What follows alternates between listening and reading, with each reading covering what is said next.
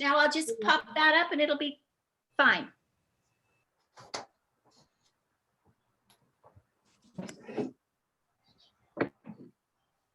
There's Marge.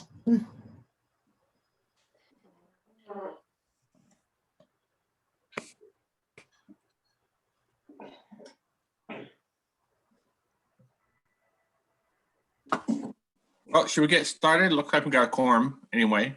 Yeah. Lots of friendly faces. Oh, heck, that thing just changed. Now I see my face. Hold on, let me change and get, there's a way to take your face off the, Why don't you smile? okay. We need to see our president. Oh, no, you don't need to see me. Just, Yeah, we do. I'll do this. How's that? Okay, now we're good. Okay, glad you're here. Janet's going to be teaching capital letters or majuscules, as we call them. Yeah, I'm real excited because I have been working. I didn't do a bookmark, but I've got a couple of projects I want to do and been focusing on that and practicing the letters for that. Is this thing got, hold on. Do we have any openings still for the workshop next week? Does anyone know? I don't think Judy got on yet. I don't think Judy's she has. not coming. Judy Oh, no. in Boise for her grandson's piano recital. Oh, I good. am Judy for today. Mm. We have one space left in Barbara Close's workshop. Everything else is filled. We have 24 who are signed up. Okay. So if we don't get one more, that will be fine. We'll Okay. still have a good group. And I'll be sending a list. I don't know, do you want a list, Matt, of who's signed up and? Yeah, at some point. Okay, well, I'll be there next week, so. I'll send Faye a list and Okay. I'll send Judy this is the last list, and they're Okay. little red things that tell what we've done, you know, because some people paid money last year, Okay. not just the 50, but they've paid 90, they've paid 100. So we've had to kind of work around that, but we should be great. Now, I have a question, and I don't know if Brecken can answer this, but we asked if we have a couple of people who aren't going to be able to attend on the Saturday, but so we asked if Barbara if it was going to be, okay, Lana, send me your money, and I'll put you on the list, and that's it. So we're full. Oh, okay. I guess we're full now. Okay. So, very good. But we're recording it, and what it sounded like is, yes, you can record it. So does that mean she wants Brecken to record it, or do we need more of a, you know, it was Judy who asked her, and I don't think Judy really thought about. I'll find out from Judy, and because there is capability for participants to record, or you need permission, right? I could record it and then send the link, put it on YouTube like I've been doing for the guild meetings. Okay, because that, you know, I don't want to have this come and go and find out no one has recorded it, you know. So I'll check anyway, with Judy and Barbara, and then we'll make sure to do whatever Barbara is okay with. Yeah, whatever she wants, because it just sounded like, yeah, you can record it. Okay. Cool. All righty. Some bad news is we're not going to be able to meet in person just yet. We got some rules from the cultural center And so we will still be doing Zoom for the next, for May and June. And then hopefully by September, October, we'll be able to meet. Things will starting to open up and everybody's gotten their shots. And I got my shot. I put them on my back yesterday, so it wasn't fun. I thought, well, I've had COVID. I can deal with this. And I said, no, it wasn't fun. But life is good, right? Okay. I wanted to share the tool, another favorite tool. I don't know if you can see this. Could everyone see this? The little Acme Yes. lettering guide. You know, the tape is there to keep this part from moving. That's really frustrating while you're making lines on your paper. To have it. Have that move. I got one of these in drafting school, and they're really good on making lines, all the guidelines that you need. So if you don't have one of these, and you can get these just about everywhere. I think Hobby Lobby does not have the 40% off sale, so I quit going there. I think, what's the point? It's one of those things. So What's it called exactly if we're trying to find it? it's called an aimed lettering guide. You can just type that in. And the only frustrating part is this is not a 54-inch or 52-inch angle. I don't even know what that angle is. It's for Probably 60. architecture. It's the architecture angle. Yeah, it says 68 degrees. I don't know why I'd use 68 degrees in architecture. Maybe that's why the buildings are so screwed up. They've got the wrong angle in here. I did run across these and I wanted to share these. They are, this is the lettering guide. I got this from John Neal. This is the Copperplate lettering guide. I don't know if, it's hard to see because it's plastic. Maybe I can put a, you see it better? And that has all the lines and the angle that you want everything. So I have one of these and then I have one for Spencerian. To me, they're pricey. It was about 15 bucks.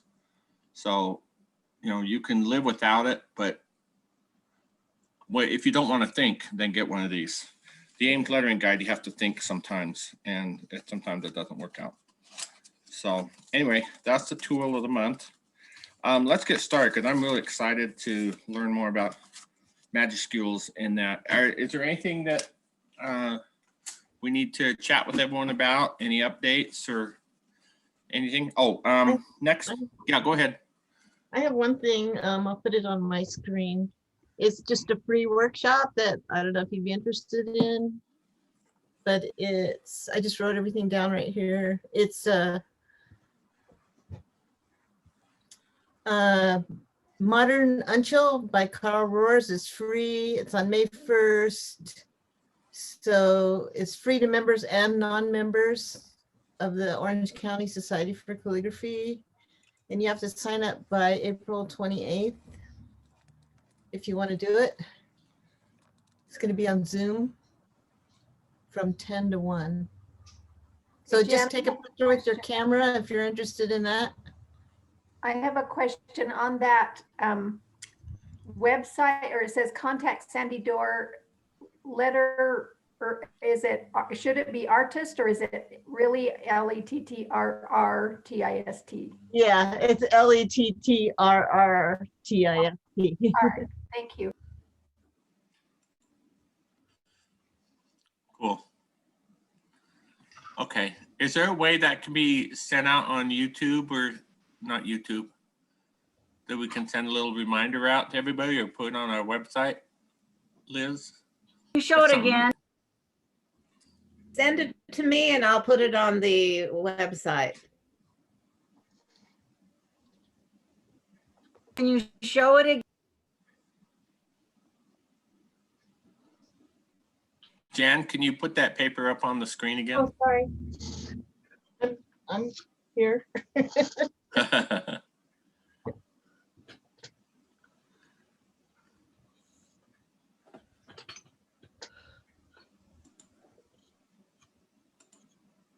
There's 98 people allowed to be in it, and she just barely posted it, so.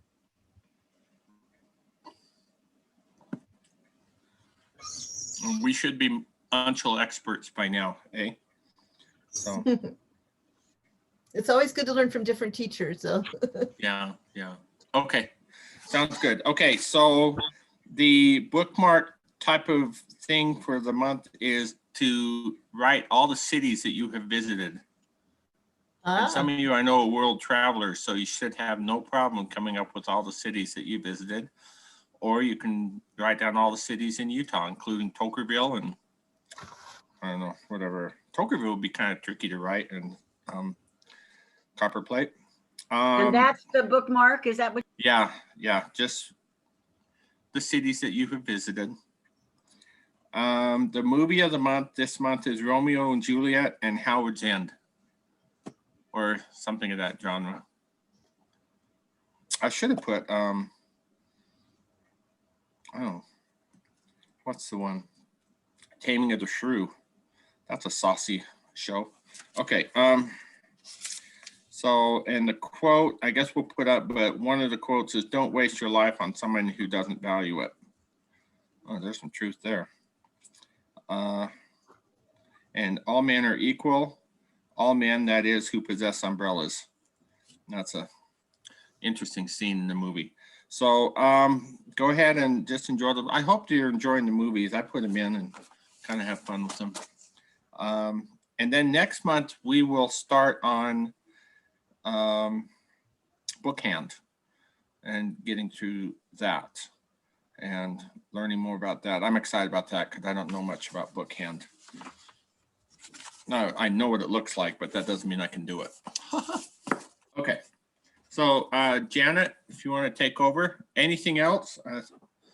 Do we need any announcements or anything to the group? no, not from me. Okay. Awesome. Oh, Okay, one Janet. li- Yeah. One little announcement. I know I said 3 to 2 to 3 ratio, and then I wrote 2 to 3 to 2 on that last exemplar. So if you could just kind of scribble out one of the numbers and make sure it says 3 to 2 to 3. But I know I said 3 to 2 to 3, so I hope everybody's okay, because this is the 2. This is the 3. Mine says 3 to 2 to 3. Down further in the exemplar, I wrote 2 to 3 to 2. Whoops. But if you can't find it, don't worry about it. Okay, embarrassing. Okay, if you warmed up, that's always good. So take a minute and get your pen rolling.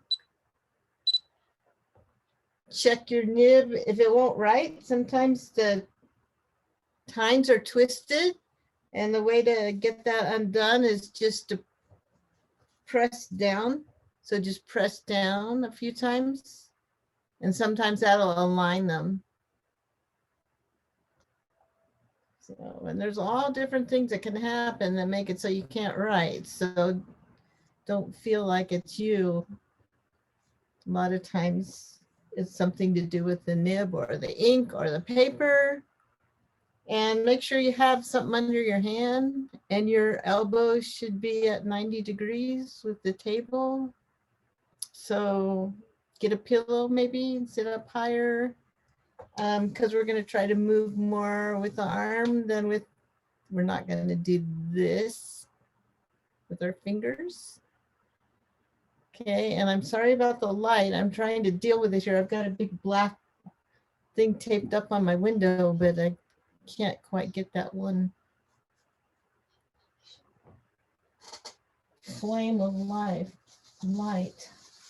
from coming through. So you should be looking at something like this, or if you have a model from someone else, that's good. I'm just going to go through some of the capital things that will help you. Okay, number 1, and you might want to take little notes. God, the light is just terrible. I don't know if this will help. Does that help a little bit?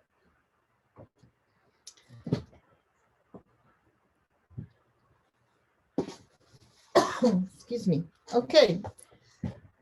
many of the capital strokes start with a capital stem. I think Bill Kent calls it the capital swoop. I'm not sure, somebody does. But what it is a stroke that starts thin at the top, and capitals don't go all the way up to the ascender line. So ascender, remember the waistline, baseline, and descender. And that would begin the ascender for the next. You can't even see that, can you? How's that? I have to keep moving my chair over to the right. I'm going to run out of room. Oh, maybe I can come way over here. Sorry. There's a big blotch of light.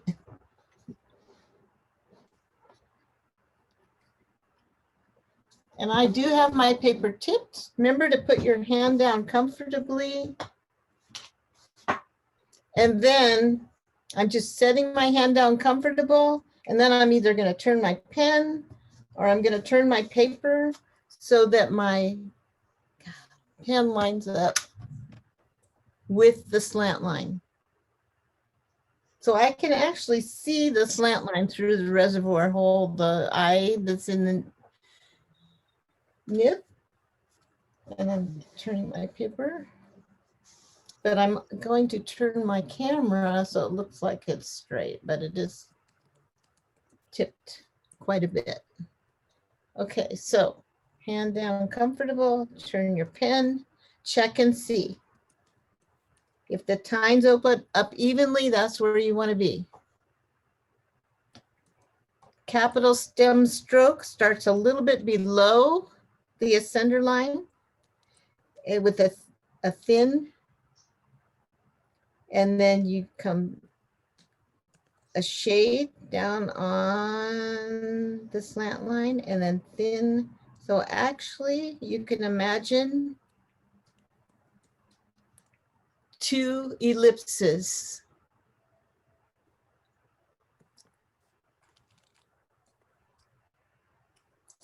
So you're going to be thinking a lot about ellipses. So this is the baseline, this is the waistline, this is the ascender, and it's a little bit below the ascender. So the majority of capital letters have that capital stem. Now that we've said that, the A is not following that rule. The A, now watch the A, because the dot on the A, number one, is above the waistline. And I draw a dot. I'm making it a little big there.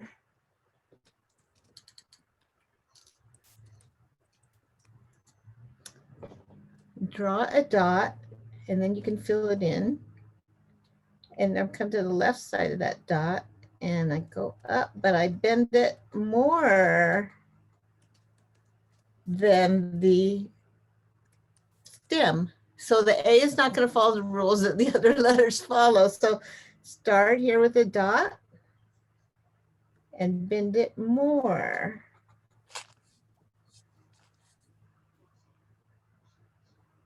Then the other part of the A starts here at the top, and it goes,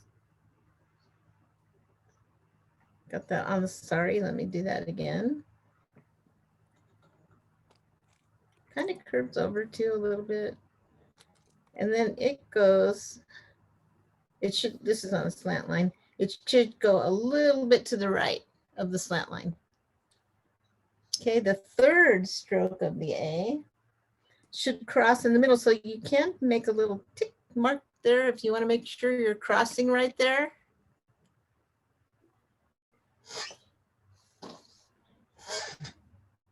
And you're going to start next to the shade and go through that. And then I dragged some ink through here. So what some people do to not have that happen is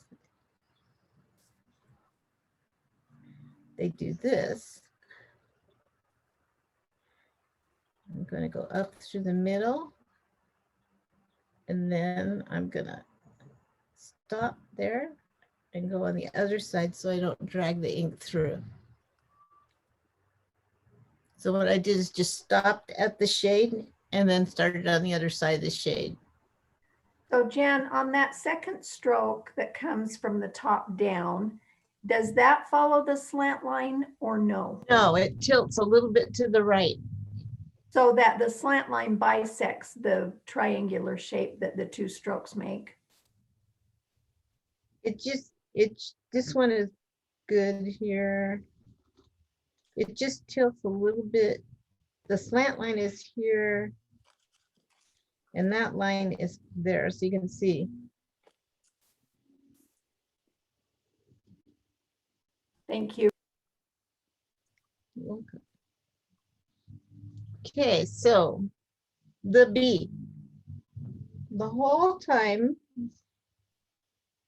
first thing, you need to move it over and make sure you have enough room to make the left side of the stroke. So one of the mistakes I usually make is trying to put it next to the A, and it needs to go over farther. Usually in these letters, you would not use capitals altogether. You'd use a capital and then lowercase. So I'm going to go ahead and do the slant line. This time, instead of starting at the bottom, I'm going to start like that first slant line, the first capital stem. I'm going to make a capital stem. So it's thin. Oh, by the way, on the A, make sure you're thin right here on the second stroke. So you start thin and then darken up. So try another A. Let's do A. A little more. Because they're best of us. Say it louder. I'm sorry, I didn't hear. Okay, then start thin here. And then you want that square bottom to the A like we did on the lowercase. We're going to go up through the middle, a shade here, stop, and go through.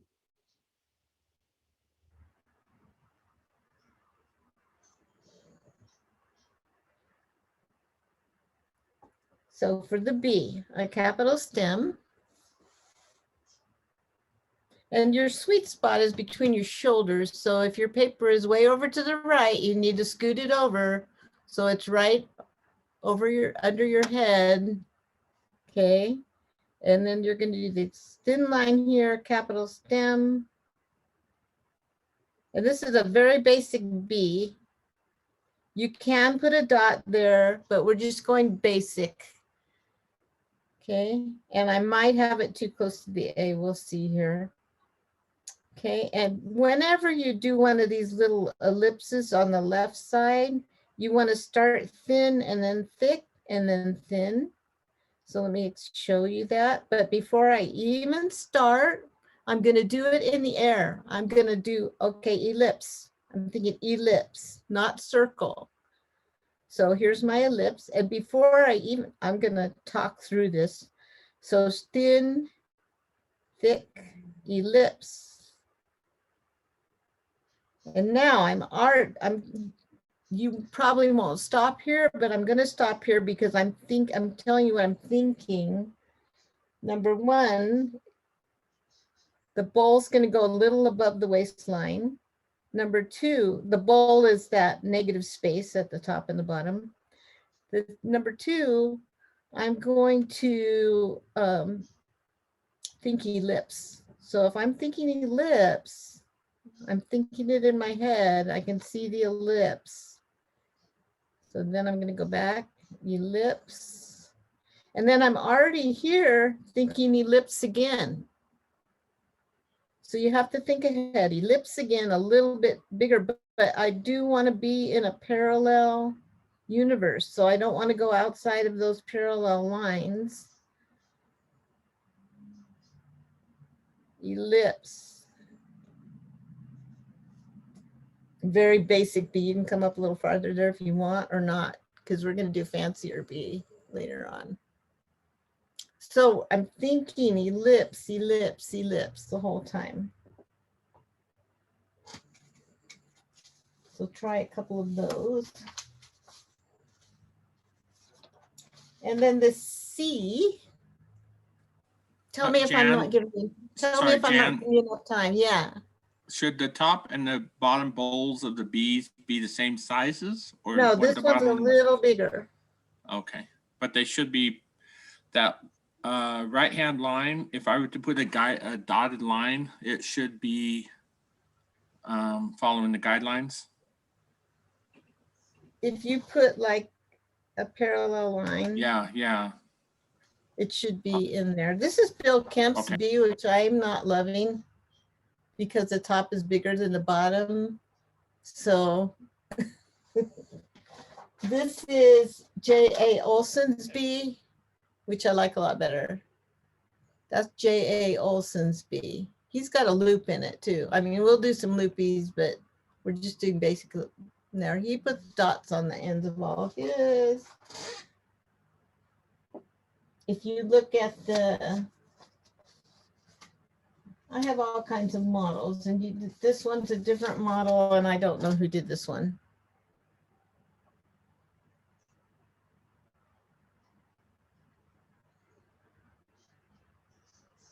And they did it in way more strokes than the other people. So just so you know, and Kathy, if you're talking, I can't hear you because you're muted. So just press your. I just want you to hold that whole thing, A through Z, not just the beginning of the alphabet, so that I could see the model. Yeah, that's pretty. This is not a real basic one. This is a one where Okay. it's Thank got some kind of odd things in it, but Thank it you. is a good one. J.A. Olson's is more traditional. So if you want to take a picture of that, Great. that's from way back in the Zenarian times. And it's on in Empath. You can get that. Okay. So the C is done in one stroke. So I say, try it out in the air before you do it on paper, okay? Now make sure you're not squeezing your pen. Make sure your shoulders are relaxed. This should be a pleasure to do, a picnic, not a nitpick, right? Like, okay, so it's okay if it looks wonky when you first try it. It's not going to be perfect the first time you try it, probably. Okay, if it is, that's great. So C is one stroke, but I'm thinking ellipse. So let me show you the ellipses for the C. I'm thinking of a big ellipse. I'm thinking of another ellipse this way. So in that case, here's I'm starting thin. Remember, start thin, thick, thin, thick, thin, thick, thin. Okay, so I'm thinking ellipse, ellipse, everywhere ellipse.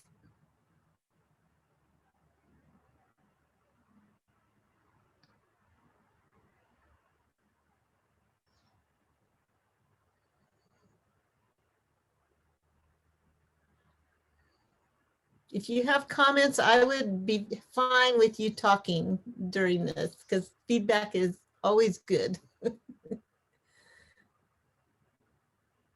If you have trouble with part of it, someone else might too. So comments are totally okay with me. Okay, make sure you have something to wipe your pen off. If you're using Sumi ink or even Higgins, you need to wipe your pen off frequently. I'm using a Hunt 22 right now. This is a great pen holder that Erica made. I love it. Jan, Yes. this is Faye Matfield. It doesn't hurt to have a little jar of water, especially if you're using a heavier ink like Sumi or something. Have a little jar of water, stick your nib in, not the whole pen, just the nib, or just about 2/3 of the nib, and then have a stack of whatever you're wiping off. And when it gets messy, just throw it in your garbage, which should be right by you. Thank you. That's very good Yeah. point. Thank you so much. But you will need the water. You will need the water. I Okay, actually did that's have the it. water, but I didn't mention it. So thank you. Okay, D is one stroke as well. Okay, it's that capital stem. So here's my capital stem. And there's a little tiny thin loop at the bottom. And then now the shape that's inside the D is thin. It's not like an italic D, which is really wide. It's thin, thick here. And so you also have to make sure, and I'm not loving the shape of that much, but yeah, it's pretty close to Bill Kemp. So I criticize myself mercilessly.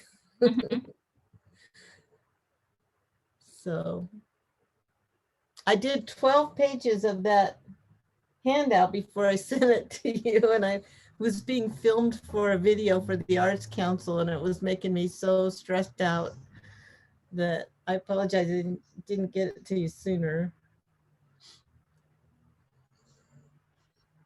By the 12th time, that's as good as it's gonna get. Okay, make sure you're not squeezing, you're just pushing down slightly for the shades, and my fingers are where a tripod hold. And we're gonna go to the E. The E is also one stroke, so you might want to watch it before you try it. Okay, I'm thinking of a parallel universe. So I don't want my E to bow over to the right at the bottom, which is common. So I'm going to start here at the top. Sometimes I make a tiny little dot to get my pen started. I'm going to thin, thin, thin shade. And this part has to face down. Thin, thin shade. Shade, and then come back.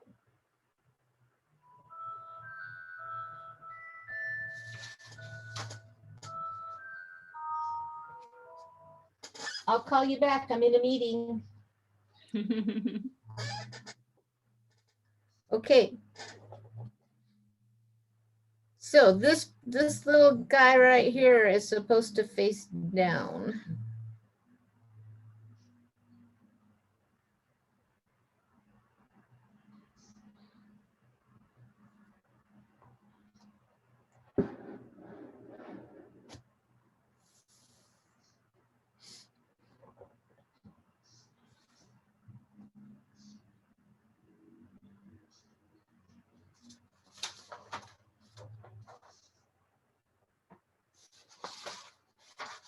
And F is kind of a little bit more complicated. Not really, but find my F. Okay. And quickly on the E, so the little loop, is it above the waistline? Yes, it is. Thank you. Thank you.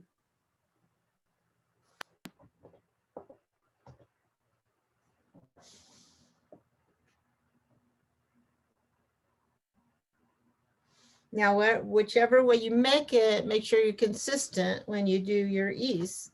So if you make it a fraction of an inch closer to or farther away, that's okay. You just make sure they all match. Now, the way people learn to do this hand is by looking at historical examples. Well, there's every kind of historical example you can imagine. So there's really not a wrong way, except if you aren't following the tenets of the whole alphabet, which means the capital stem, the parallelness of it, the thicks and thins. But there's probably 100 ways you can do it. But it's good to start with one standard way, and then we can branch out from that. Okay, so F. So the capital stem.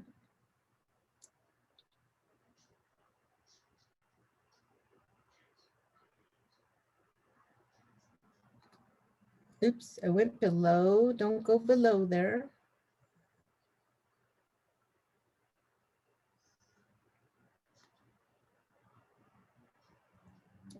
Sometimes it's hard to remember. You don't want any shades on the curves. So you have to remember to let up before you get to the bottom. So try it again. Make sure you don't have anything, any shades going all the way down. Now, supposedly, the more you pick up your pen in pointed pen, the better. So if you ever want to pick up your pen at any point, except it's hard to match a thin line to a thin line, so you don't want to pick up there. But okay, so F, thin. I'm thinking ellipse. Thin, thick, thin, like that. Now, if I did want a shade on the top of that F, I'd turn my paper so my tines were open evenly. If I wanted to put a shade,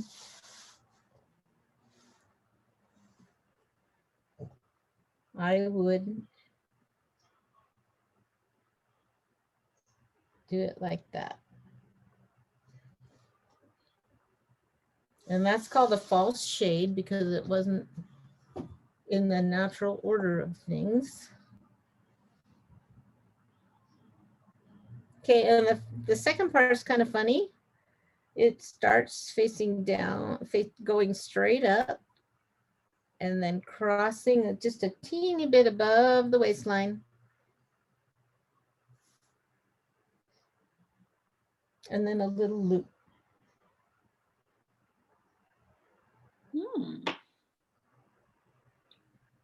That's a basic F.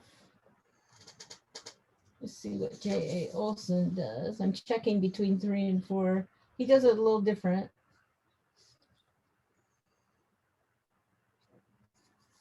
And this is the other one's crossed a little low. I don't, and his oval, his ellipse looks more like an oval to me. So there's that. We're trying to standardize it a little bit. Okay, so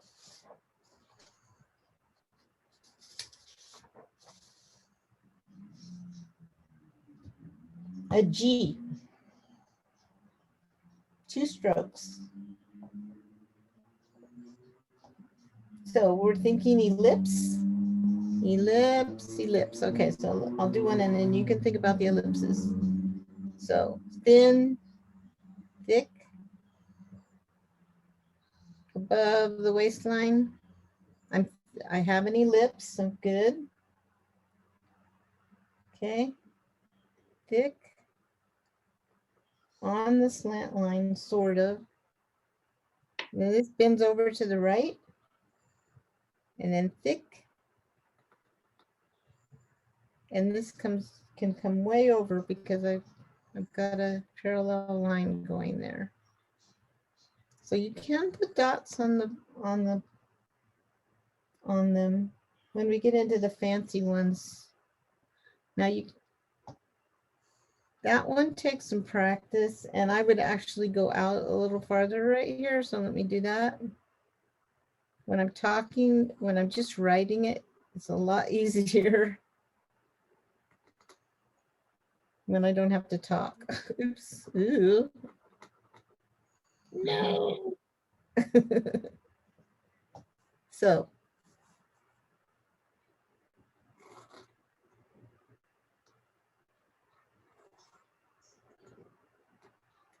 that one takes me some practice.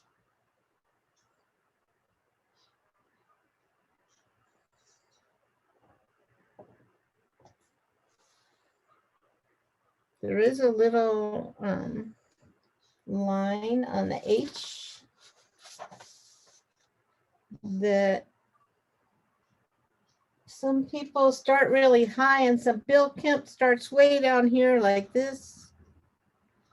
I start up here more like the Zenarian and the capital. Oops, start up here. It's kind of like a stroke number 4. So start up here, bend it over a little, and then capital stem. First stroke of the H. Make sure you're relaxed. Breathing, are you breathing? Okay. And this one is thin and it starts way down here and it crosses above the waistline. So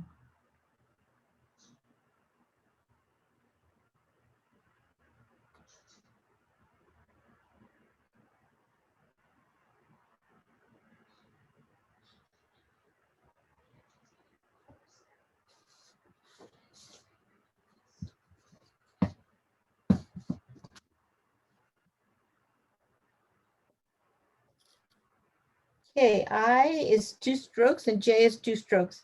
You could do it in one, but I would do the capital stem first. You know the capital stem now. Getting easier maybe. And then you want to thin here and you want to go a little bit above the waistline. Bill Kemp goes all the way to the waistline. The other examples I said, don't, I like it a little bit above, except for the J goes a little lower. So it's thin. Actually go right on the baseline with that, but on the J, start letting up like you're coming into the station, cross here, and cross a little lower on the J. That's the way I'd like to do it.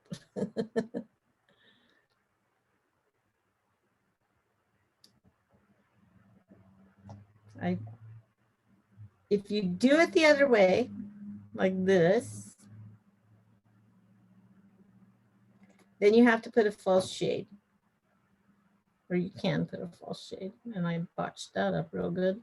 Okay, so if you do a capital stem,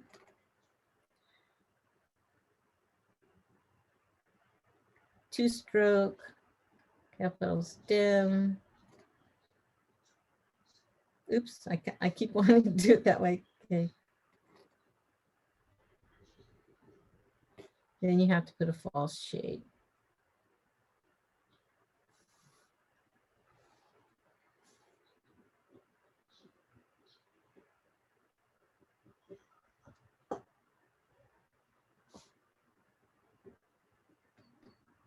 That's if you do it in one stroke. Can't read my writing. Okay, what else do I want to say here?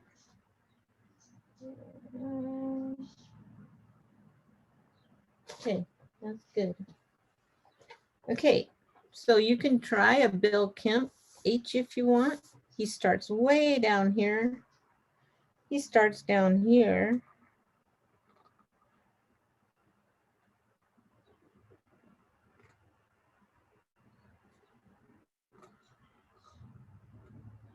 And that's a little too narrow, but you get the idea.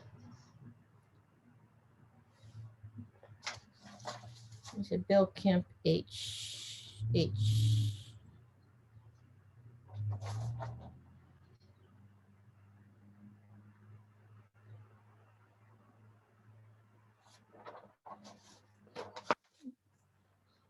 This is a J.A. Olson H.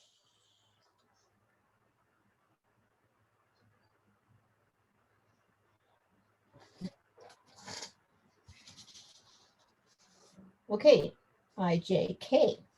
So the K, the same thing. You can start down really low like that, or you can do it up higher. So that number 4 stroke. Just relax and enjoy it. Make that capital stem. Thin, thick, thin. The K should cross in the middle above the waistline, and it bends out to the right. So, but we're still thinking parallel. So bend it out above the waistline. And Bill Kemp actually comes out to the right. None of the Zenarian ones do. They follow the rule and keep it parallel. This is Bill Kemp's K. See how he bows out to the right?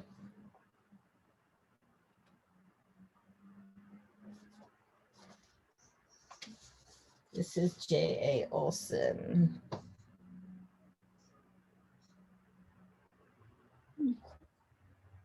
So,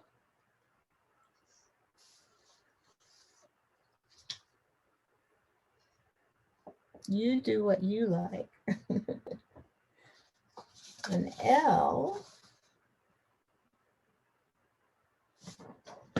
Here's what I want to remember to tell you on the L.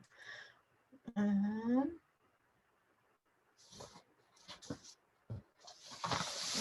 didn't write any notes down on the L. So, okay, so we're thinking ellipse, ellipse.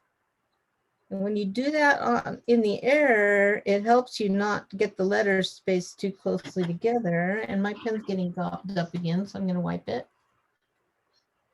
In the water, as Faye reminded us. Thank you, Faye. Okay, so I'm thinking ellipse. Now, the top part of the L,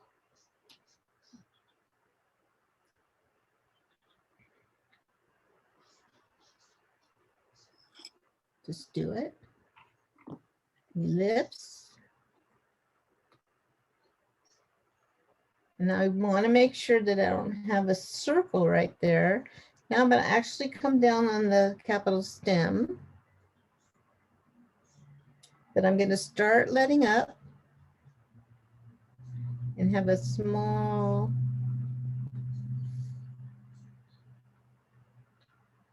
thin hairline bottom.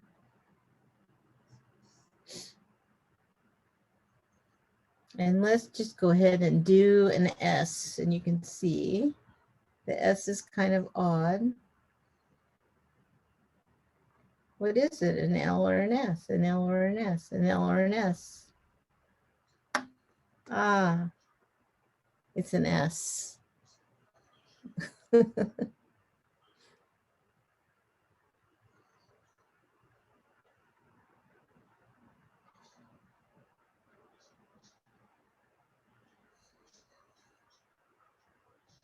Okay, M starts the same way the A starts, with that little dot.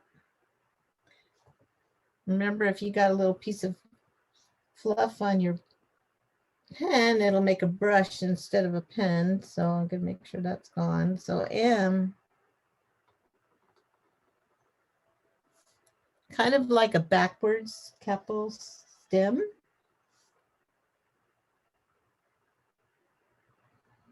And this is kind of like a convex curve. So it kind of goes a little bit to the left, a little bit to the right, but not very perceptibly. So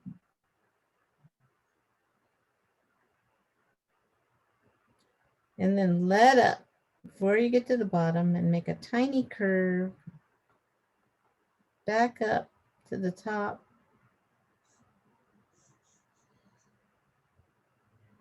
Back down. Like those should match. So if you're gonna write a lot of Mr. and Mrs. wedding envelopes, practice your M's. I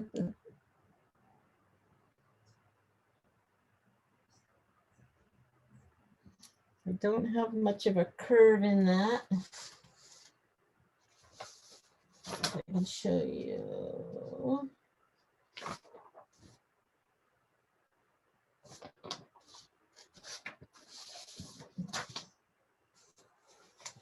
I do like Bill Kemp's M. Pretty. It's more just like a bowing out. You know, you're just pressing down in the middle of those shades.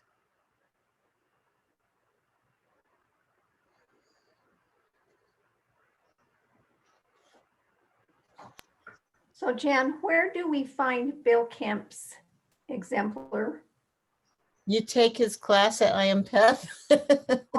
Okay. I just wondered if it was in a book somewhere. I wish. Because he was taught by Bill Lilly, who was taught by Lupfer, who was at the School of Zenarian Handwriting. So it came straight down from the source. Oh, I did there put a is link to the J.A. Olson in the chat. J.A. Olson is not the IMPEF, but here, when I first learned in 1980, I learned from Maurice Scanlon's book, Lettering Spencerian Roundhand, which is not Spencerian, it's roundhand, but he calls it Spencerian roundhand. And it is a great book. And it was republished by his grandson. Look at his H though, his H is kind of odd. Kind of lost it on the G too, but that's okay. I mean, Taught at the University of Utah. what about the university? That's where Maurice Scanlon taught. That's where I took his class. Right. Also taught at BYU.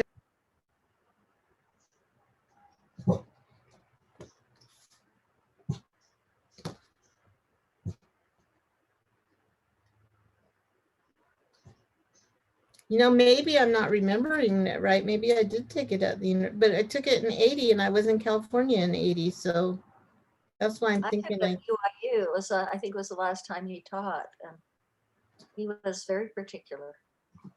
But I really learned a lot. Lots of lifting of the pen for him. There yes. was lots.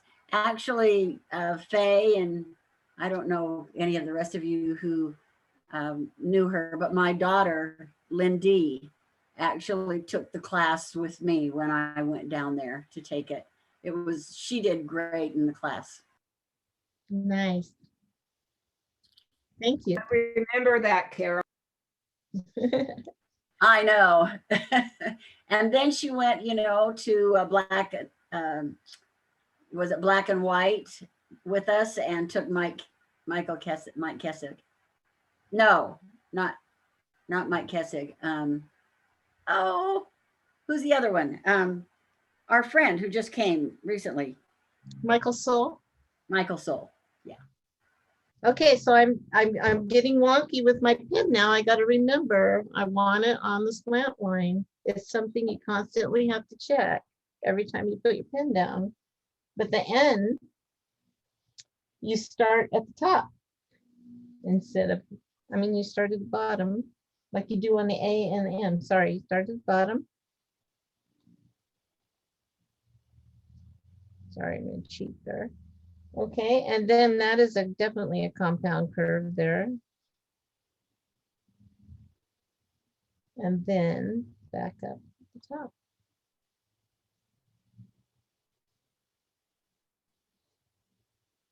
So above the baseline, down to the baseline, curve it over, make your compound.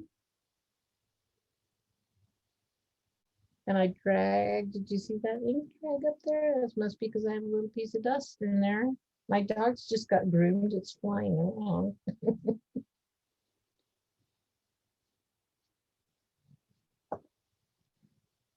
Okay, so make your dot, check your angle. Try to slide your arm up.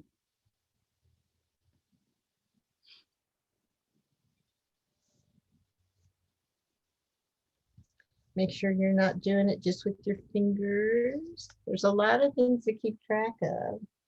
So when you practice, pick one thing. Don't pick, I'm gonna have my nibs straight, I'm gonna breathe, I'm gonna not squeeze my pen. Pick one thing and try to work on that at a time. Don't try to do 10 different things at once when you practice. Okay, so O.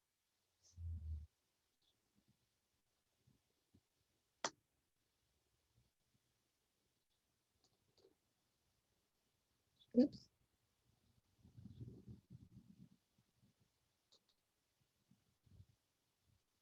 Then come back.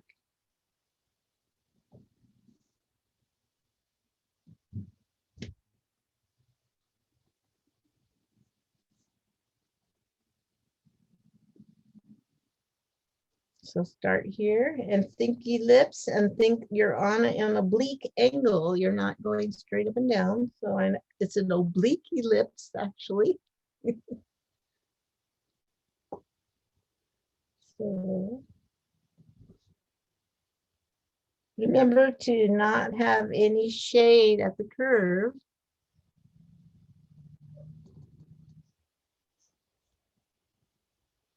And remember to lighten up at the bottom so you don't have a shade ending a stroke. Jan, just to point out right now for maybe those that haven't done it before, that is not the O that's on your exemplar. Oh, what did I do on the exemplar? Okay, so I added the extra little top part there. You don't have to have that. So for the basic one. So for the O on the exemplar, start.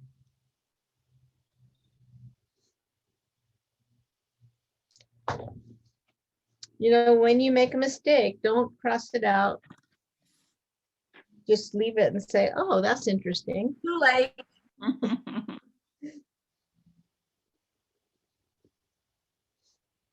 Like Benjamin Zander says, oh, how fascinating.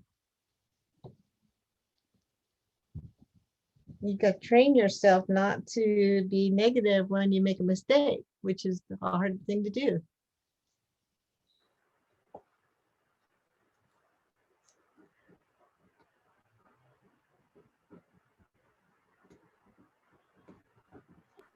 Jan, I have a question. Yes. I have missed somewhere. When you talked at the beginning of the session, you said 3, 2, 3. So is the 2 for the lowercase, is that the X height? And then the 3 is the descender and ascender? You got it. Okay, and so then, all right, so then I'm just looking to see the capitals are not quite as tall as a 3 and a 2. Exactly. Okay, thank you. Okay, capital stem for the P. And if you want, you can put more slant lines in if you want to work extremely tight, but it's easier to make it on the slant line P.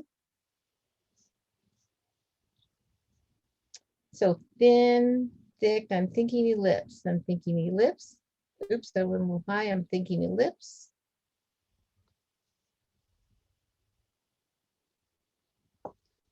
So it should be a little smaller. So you can actually cross over that line right here. So, oops, I went oval there. Do you see the oval happening?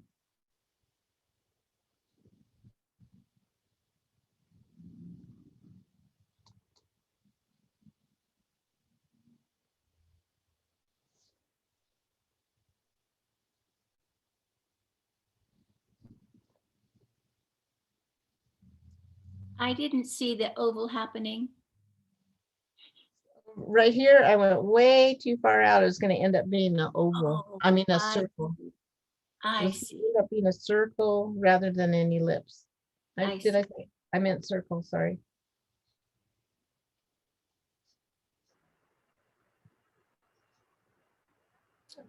When I first taught this, I would say oval. That's what I call them, all ovals, not ellipses.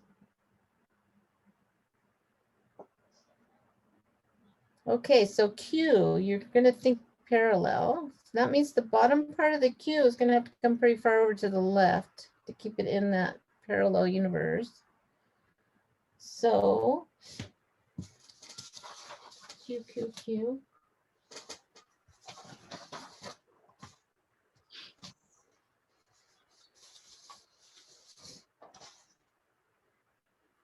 I also took some from Don Tate. Boy, is he good if you can get a private lesson with Don Tate. He really helped you see where you're not perfect. Okay, so Q, thin, thick, ellipse. Now I'm thinking, I'm going to stop right here and think, wow, I have to come all the way over here. So I'm going to let up.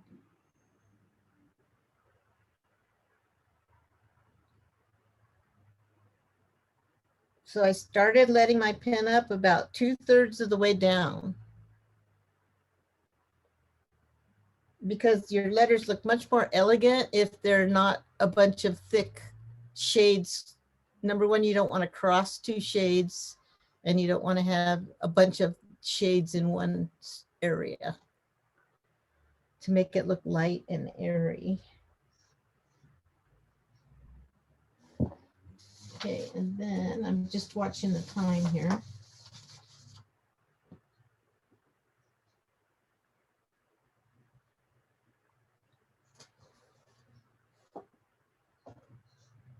Okay, so we are on R, so we're on a capital stem.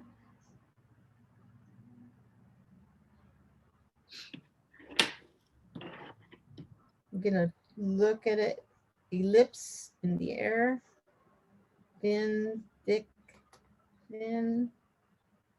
I'm thinking ellipse right here, just like in the B, a little bit above.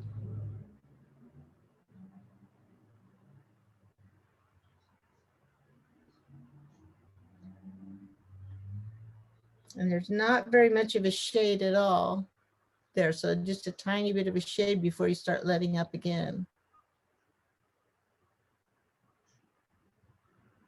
And I think I crossed my R a little higher on the exemplar. So let me double check that. It should be above. So maybe move that up a tiny bit.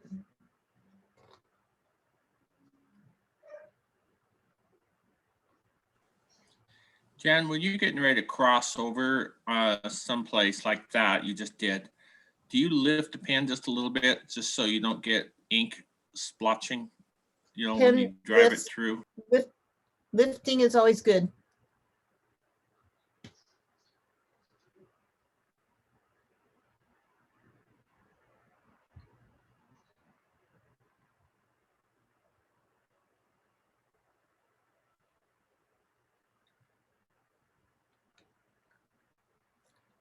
Now the T, you can make this capital stem first.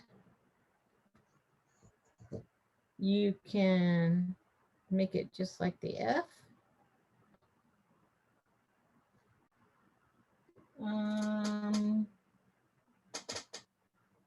It's a little too big right there. Too big.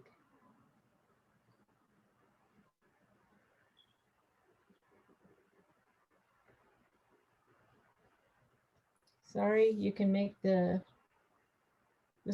first stroke. I notice people usually make, the teachers usually make going down. So,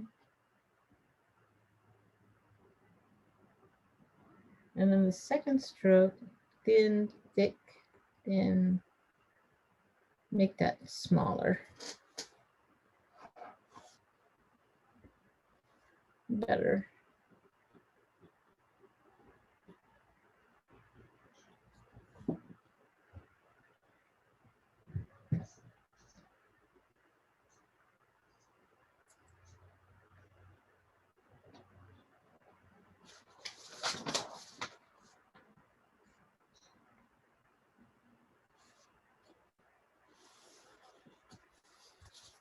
if your paper is down towards the bottom, put your phone underneath your hand. So it's up a level, depending on how thick your paper is. I have a pad of paper, so it's up off the table. So I've got my phone underneath to lift my hand up. Check my pen angle. Check and make sure I don't have blobs on it. And the U, you want to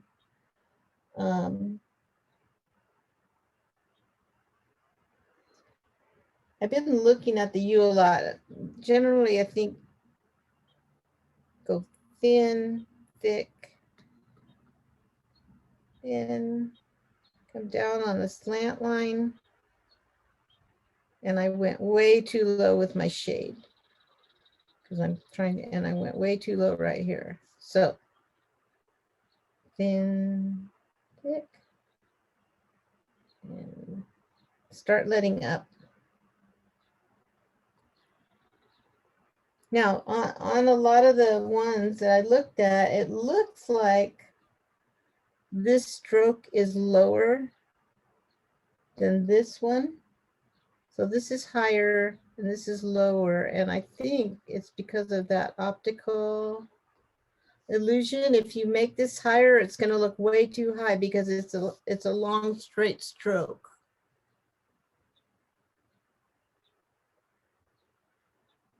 So I'm getting a little bit round in here.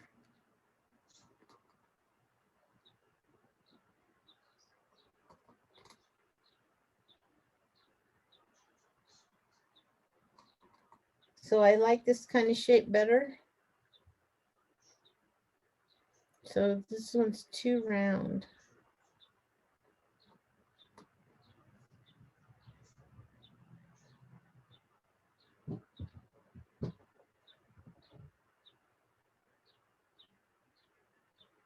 If I did this one, it wouldn't look good with the rest of my letters because I'm going to try to keep kind of a narrow letter. And the V also has that number 4 stroke.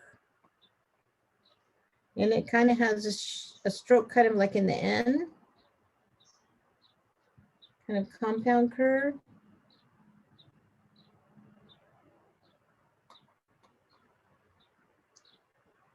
And you can put a dot at the top. If you're going to put dots, then do the dots on everything. Maybe you'll have to see what looks good with what you're writing, because I think it's preference. And the W has that same stroke. It's got a compound kind of back and forth, straight up. And then you match the second stroke.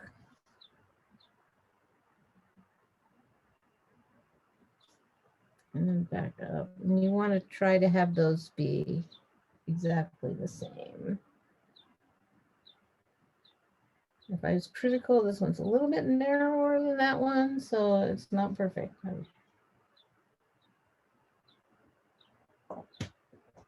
then the X is like 2 C strokes, backward C and a forward C. So thick, thin, thick, thin, and a kind of like a C. And now I'm going to go thin, thick, thin, and put a shade. Oops. Thin. A little too fast. You can slow down. Thin, thin. I'm talking to myself, right? Shade. And then this one,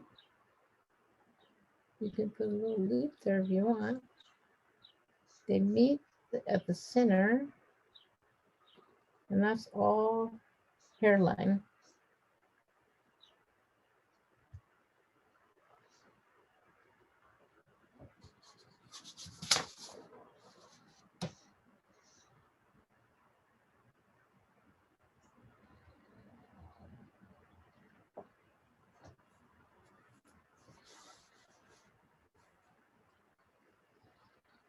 And then Y is thin, thick, thin, ellipse, thin, thick, thin.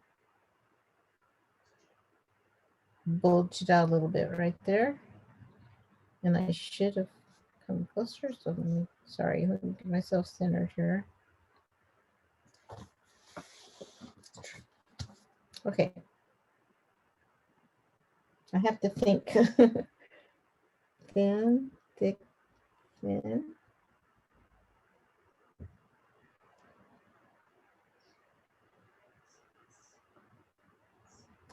Like the U. Square it off. Except, hold on, because that is tripping me up here. Sorry. So it's better if you watch before I thin, thick, thin.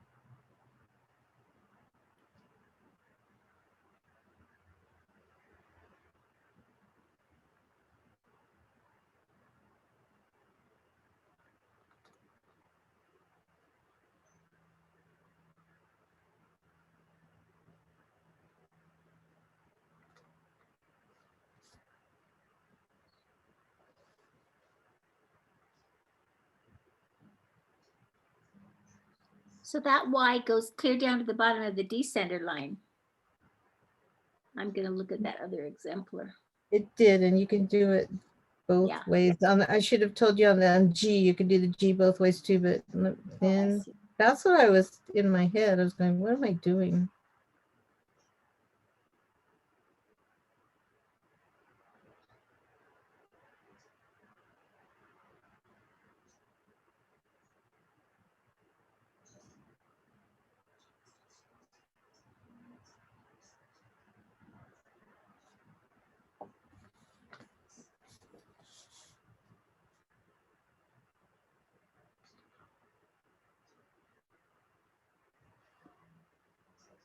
My mind just doesn't want to comply here.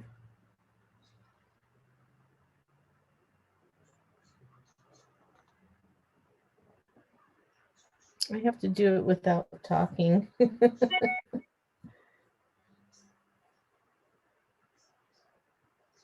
It does fit between the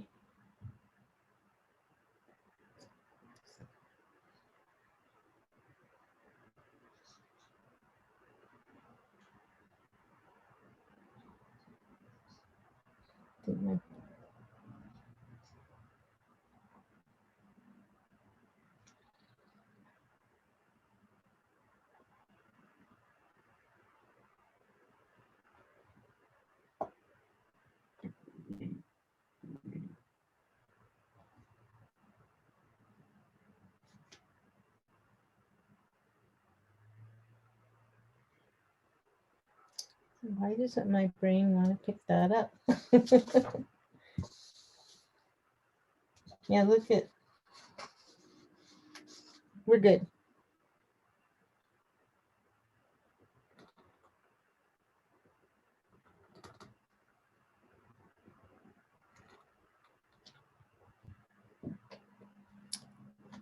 Now, if you can,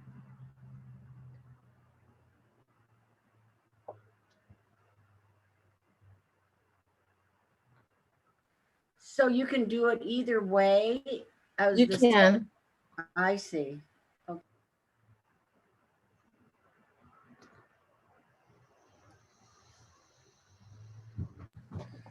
Or hanging down like. But the one going down below would be more in the fancier,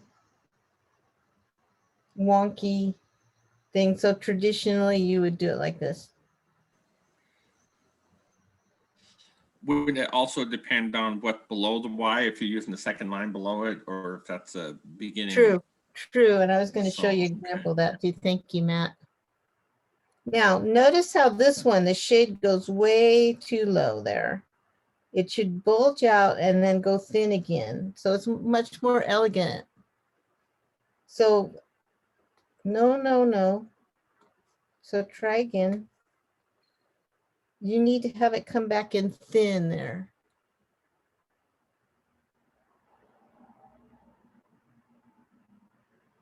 And my exemplar sheet, it doesn't do that. So think about it, bulge it out, come back in. And the same thing on this side. You want a thin, thick, thin. Much prettier.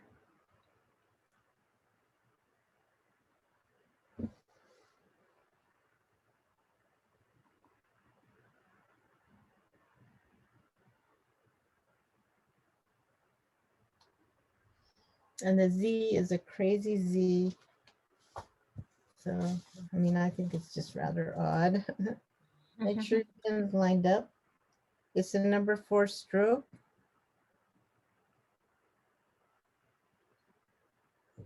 Straight down.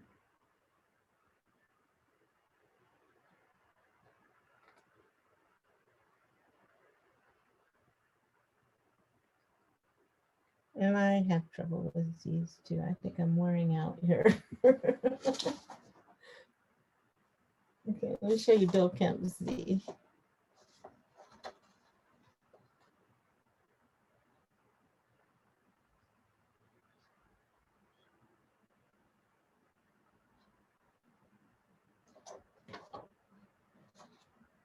I like this one's J.A. Olson Z.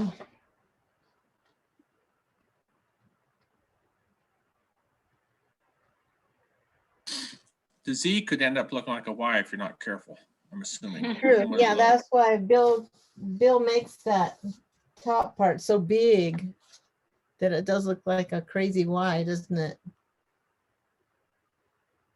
Wow. So here's another Z. You might like that one.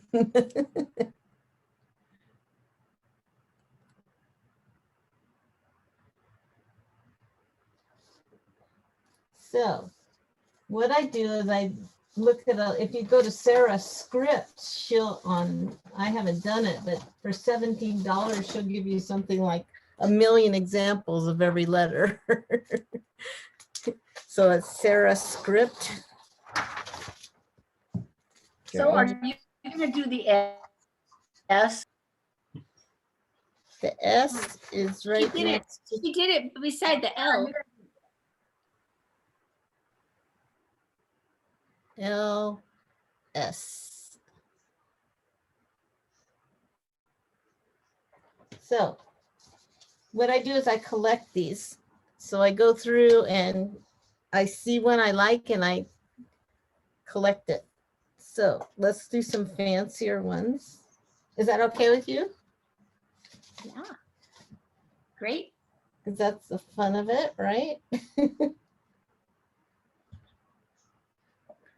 So here are some strokes that you can use to fancy up your letters. Okay, so there's just this one. So Kathy, do you want to take a picture of that? Yeah, I was done. Okay. Good, thanks. So start at the dot. And this is between all the caps, of course, are mostly between the baseline and the ascender. So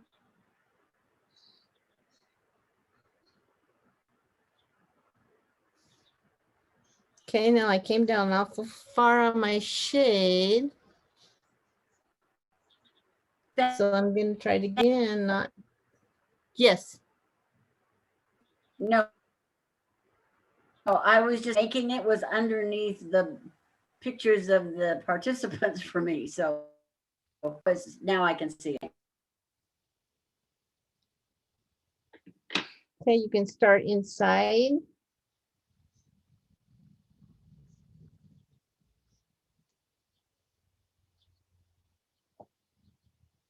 Just some practice strokes. Just think ellipse.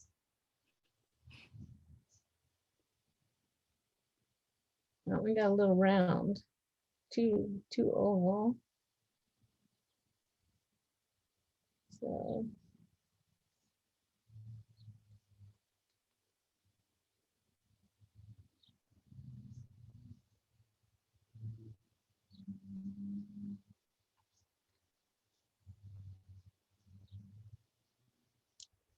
Then we got people that do this.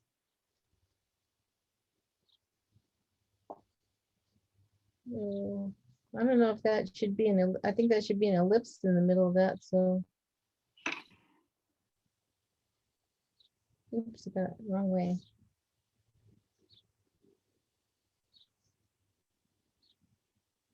I don't know.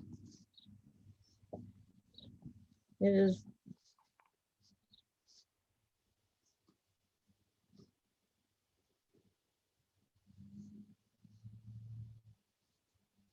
Just try the different ones. That's my favorite, bottom to a C.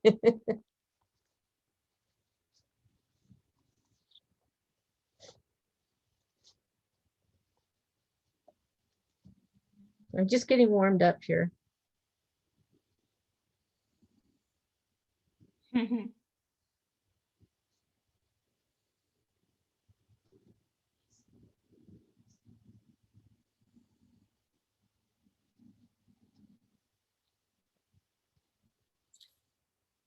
So do it in your head first, above the paper, and that helps a lot. So I don't know if I love this A a lot, so I'm back down here on the baseline. And these were all done bigger, so I went a little high on them to make them bigger. So if you're really gonna use one, I would make it a little lower than the ascenders.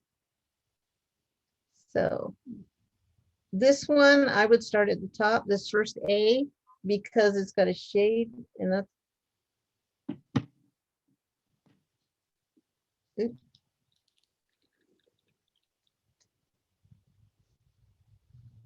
And then I was, so you can make the A that backwards that way.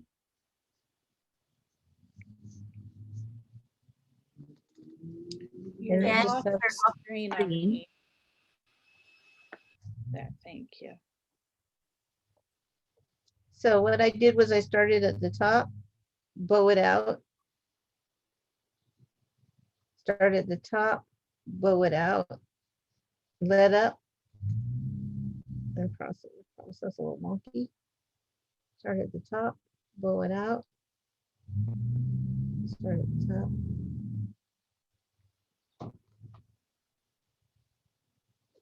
The next one just has a little curve to the right on it. The next one is kind of fun. I would start at the bottom. And then come down in your straight square. Then this one kind of circles around the middle. So I'm going to circle around the middle.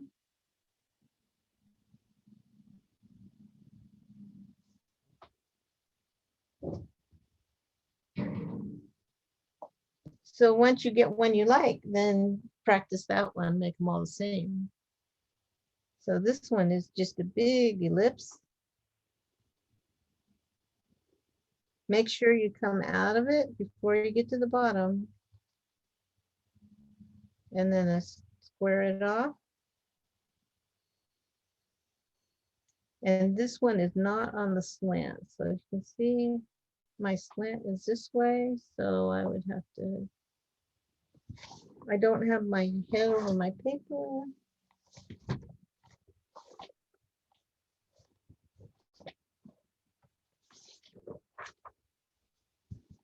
So they're fun. They're really fun to try.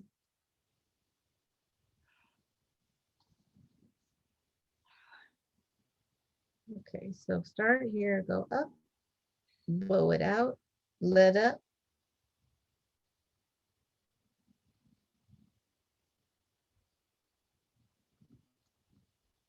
Just a plain old. Okay, and So the next one, do it in your head first.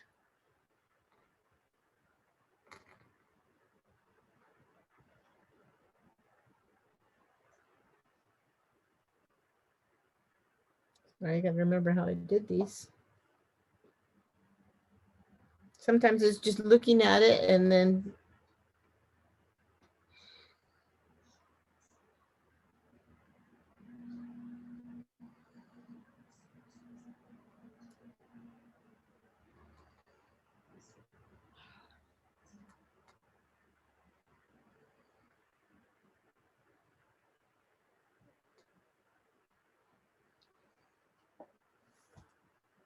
so sorry. Just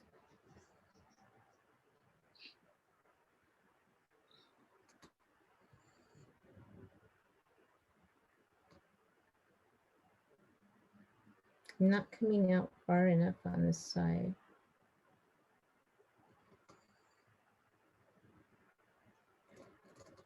Ah. So it should touch there, but it doesn't have to. You can do whatever I want it to. So think about that little swirly part before you do it. So I'm going to go here and here, here, and around. So the B's, oh, there's some more A's. Let's go to the B. So B, capital stem. And then a lot of the strokes that we did just by starting in the middle and going that way, you can cross over. That makes it a lot fancier.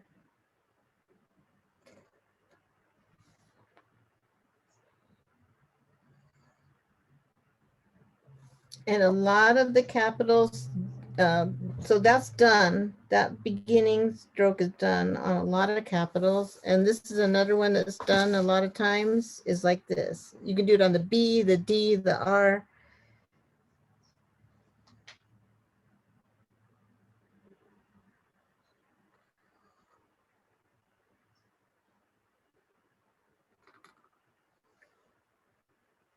So you can do that same thing.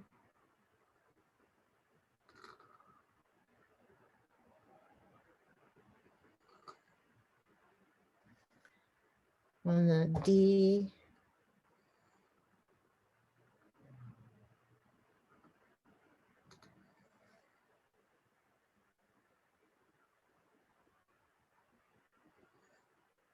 So the same, okay, on the C, oh, this little loop inside, that's a common one.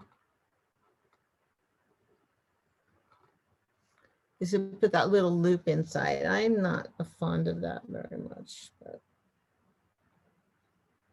So I see it on the L.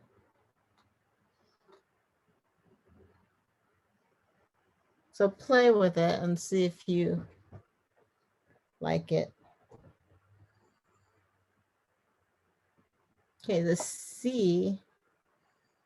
I'll show you my favorite C.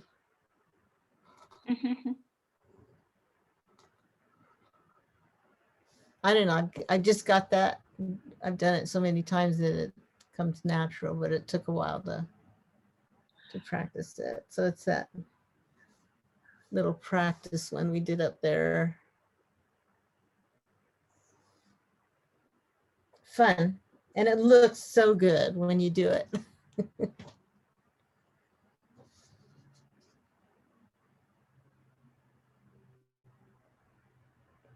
On the E, the biggest problem, I think, when I'm teaching is that people want to not go back far enough. So, I mean, exaggerate and go back really far until you get it right where you want it. But, I mean, some people just do the plain E. And some people, I mean, I definitely want to show you something in a minute with the double Fs, but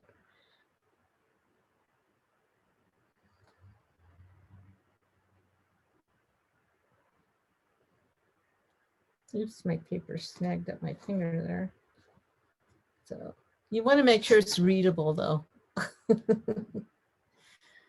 So just do it in the air where you start flinging around. Oh, the G also has that inner, I've seen this one. Anytime you have a big counter space, you can have lines go into it or little loops, but you're gonna have to play around. You got to make sure, like this H, tell me if I'm going too fast, but this H looks too much like a B to me, but I've seen it as an H. So be careful that you're not emulating another letter. Oh, the P also does this weird thing like we did right here. That's probably not the terminology for it. So you can do a P like that, or you can do a loop in it.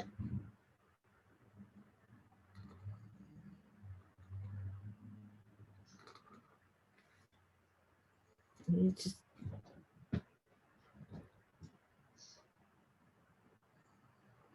the other thing that is commonly done on the fancy ones is overlapping thin strokes. So if I was going to do an F,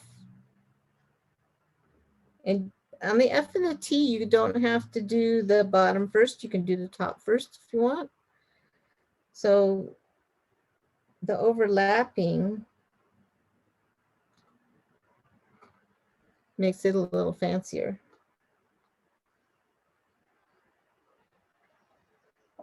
Same with the T, and you can go a little farther on that.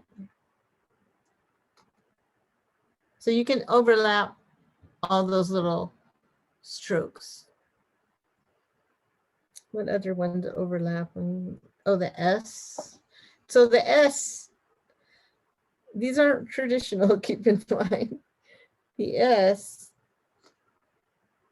you can go up like that and make it look more like an S.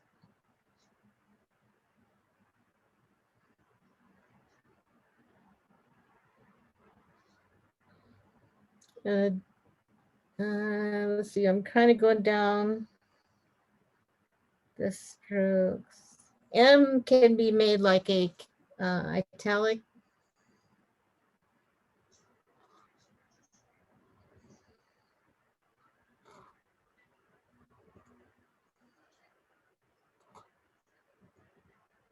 Kind of downhill kind of M. For me, the other one was hard. This one.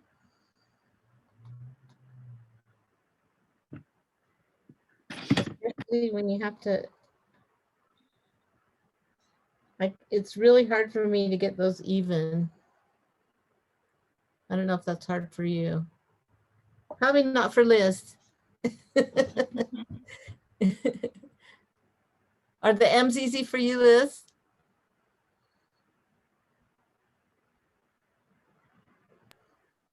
It just depends. Do you really have to practice them a lot more? Yes.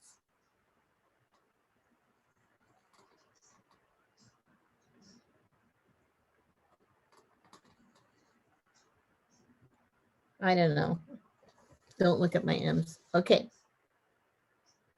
Another thing that's like the M is really different than the standard one we did, the W. You can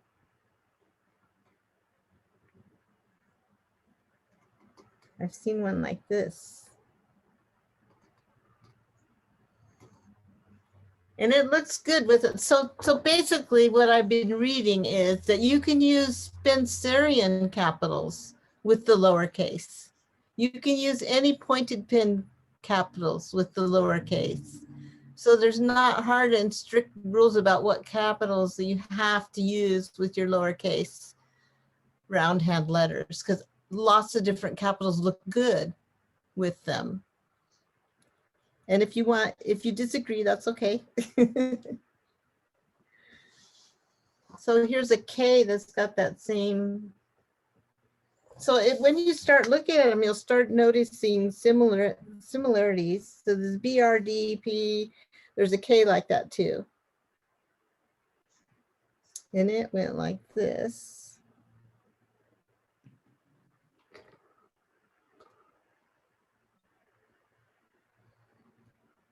Kind of pretty.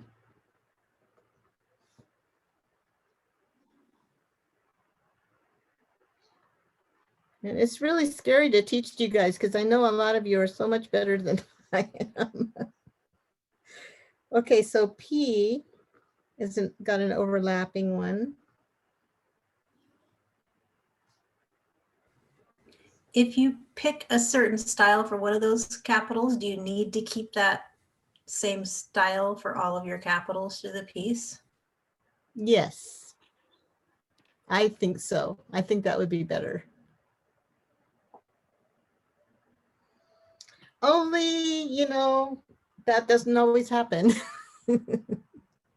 If you look at the old examples, they'll use one fancy kind and then another kind. So let me show you. Some things I wanted to be sure to show you.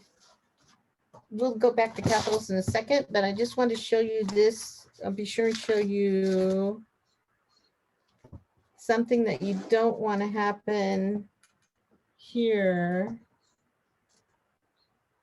is the lines aren't lined up so that they bumped into the top line. So make sure you have enough spacing between your lines, or you move your word over, but you don't want a big gap there either. So you have to, that's why it's good to write things out a few times before you do a final piece. But that, and then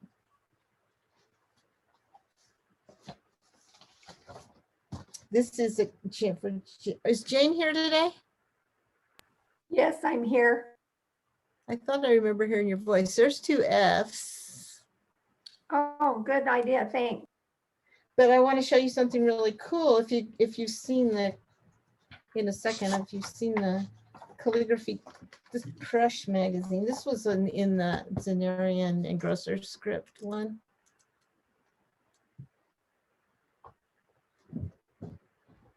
So those examples were in there. And then if you know who Paul, this is PA Scribe, is Paul Antonio.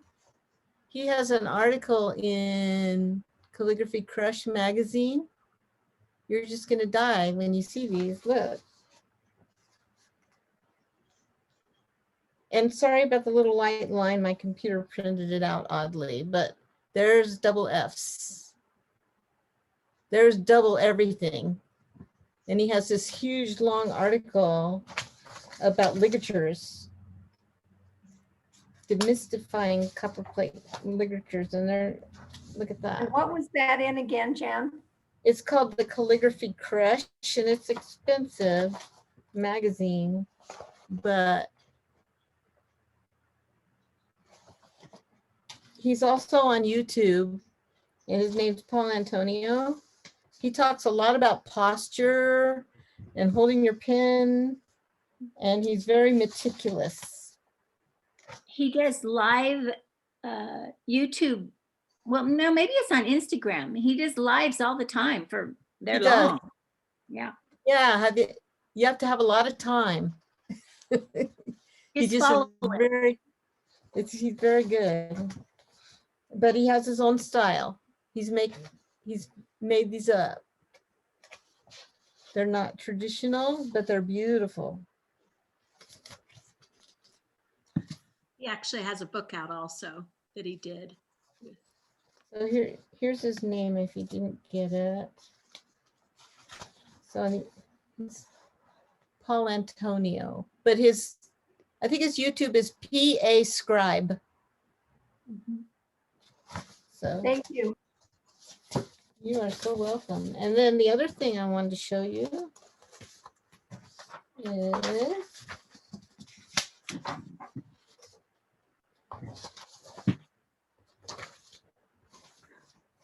Sorry, underneath all this stuff.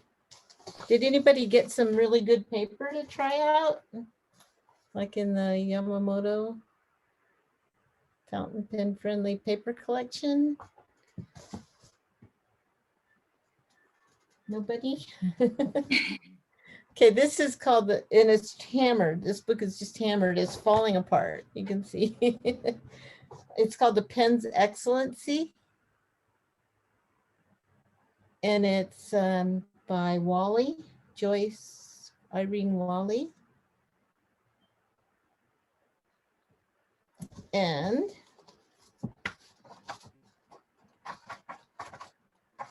a lot of it is broad edge pen, but there's also things from the 1600s and pointed pen work in it. So let's look at a couple of these fancy letters. They're rather wonky, but they're fun. Were these done with a quill pen? These might have been done with a quill pen. That's entirely possible. Yes, I imagine that they were because it's 1688. And what they did was they cut the quill pen with a little bit of an edge. I mean, it wasn't totally pointed. It was slightly broad. So, and then you can get into some of those. How about we do that? So have you all seen the Caudels by Vivian Mungel? They're with a broad edge pen, but if you want to talk about fancy caps, they're fun. It just goes, it's a history book. So it's showing you the progression, because it's 1600, and then this is from George Bickham's book. So more, it's totally falling apart. It's a very large book. I just realized as I saw the cover of it, I went, I have that book. And it was published. I do. It was published in 1982. So, yeah. If anybody wants to come to my house, you can look at it. Okay, so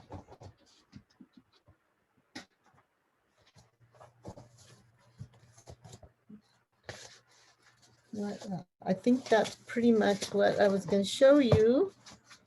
So let's go over whatever I went by too fast or you didn't get, or I could go over and show you something else.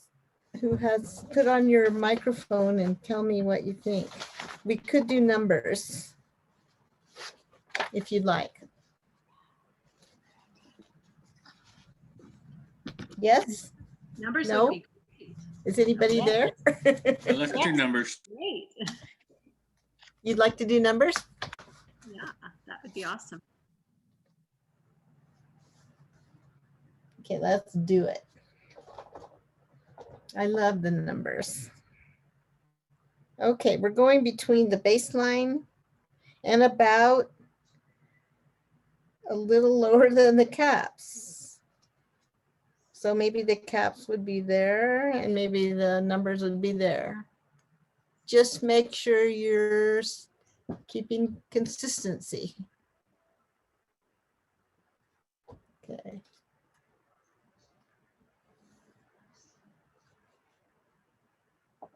So on the 1,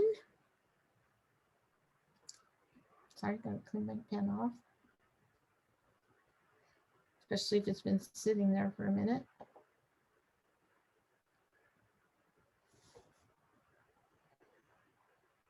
Okay, for the 1, remember you're gonna look where you're going and not where you're starting. So it's kind of a fairly straight line up and then thin and then press down to get to the bottom. So it's a pressurized stroke.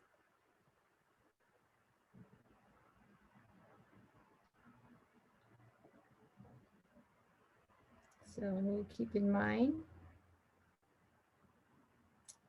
whenever you draw a circle, draw a little circle for the 2, draw the circle, and then fill it in. And I'm going to visualize it. First, it's in a parallel space. So I'm going to come on the left side of that dot, and I'm going to bow it out right here. And then I'm going to thin and like a number 4 stroke. No, I'm going to cheat right here.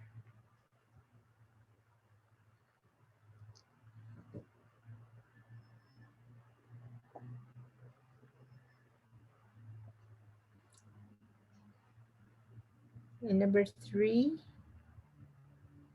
draw a dot, pressurize, and then a tiny little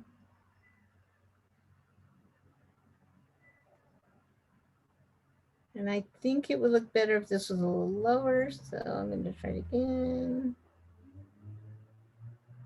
Pressurize right here, let up. Make that little loop under the waistline. Oh. Sorry, my pen's clumping up. Okay. So let's see. You want it to be parallel with itself. So 4 starts with the like a number 1 stroke that we learned. So you press apart the tines and then you slowly lighten up, and below the line,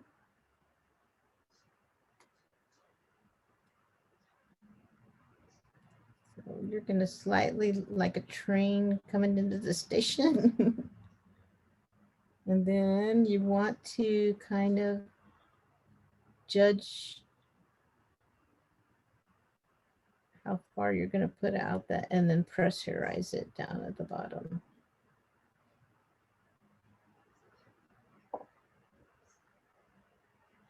So it should be in that parallel space. I always do my 5s like I taught my 3rd graders.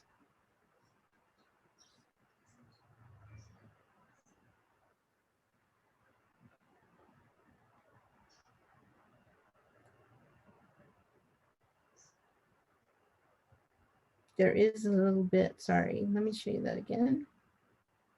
So it's thin.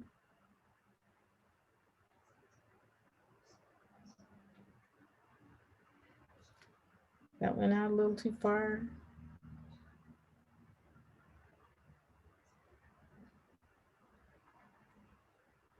There we go. And then this one, you can do a little, just a little jag right there.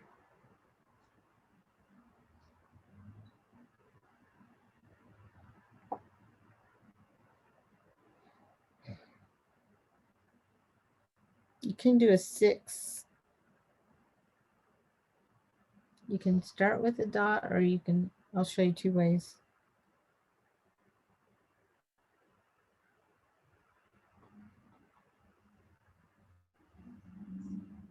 A lot of times they don't touch the 6, and then you can add a false shade here. And you can do the top like this. And you're off the screen. So 1, 2, if you want to be really, and then 3.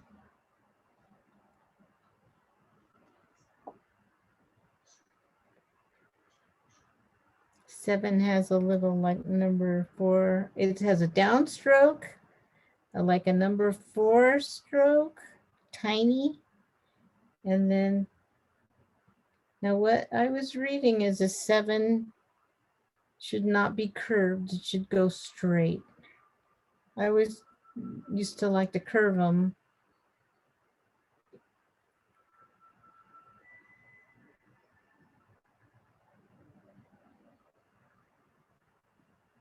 An 8 is just the way you normally make an 8. If you make them like this, it's just shade.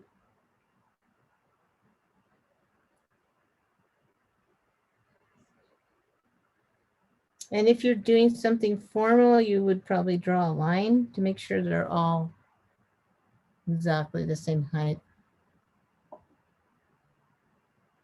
9 can be done in 2, 1, 2. And then you could, so 1. It should go, sorry, below the line.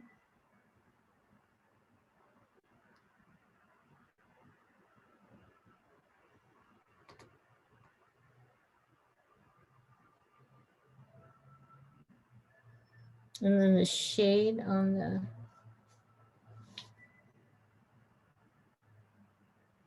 ellipse. I've got this thing right in front of my face, so I can't see a thing. Okay, the 0 should have the shade like this. Let up before you get to the bottom.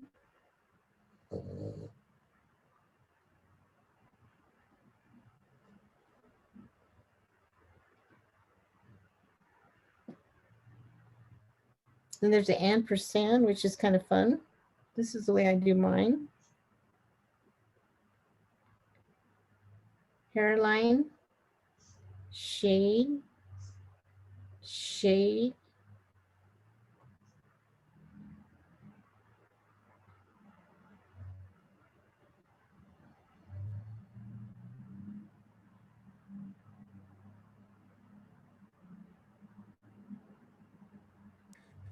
Jan, could you do the 9 again? Yes, and usually it doesn't touch. So 1, 2, and you can come back if you want with the bottom stroke.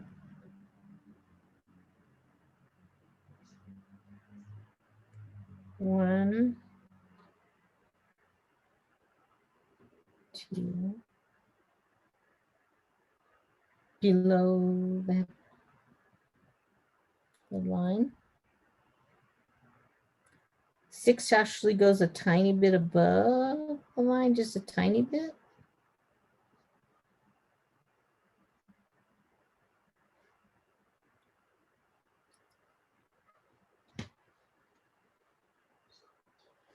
So try writing your address.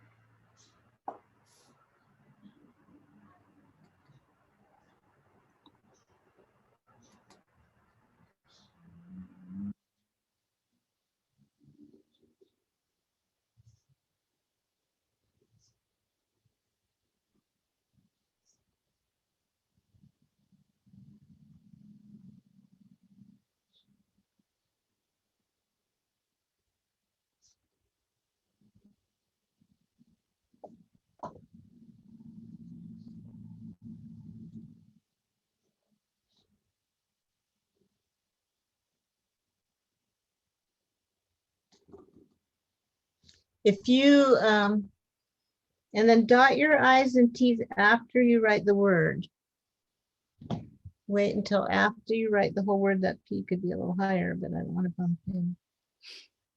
So if you want to write me a letter, I'll write back to you. And this is my address, Spring Station Way. I'm a letter writer, so I write letters every day.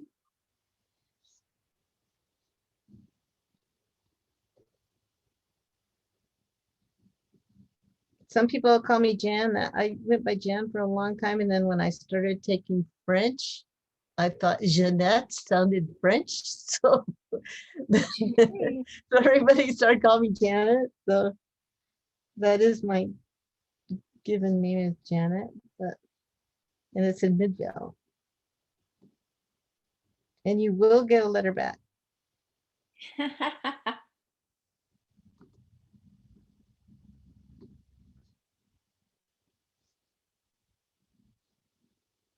Sorry, I didn't do my letters in roundhand.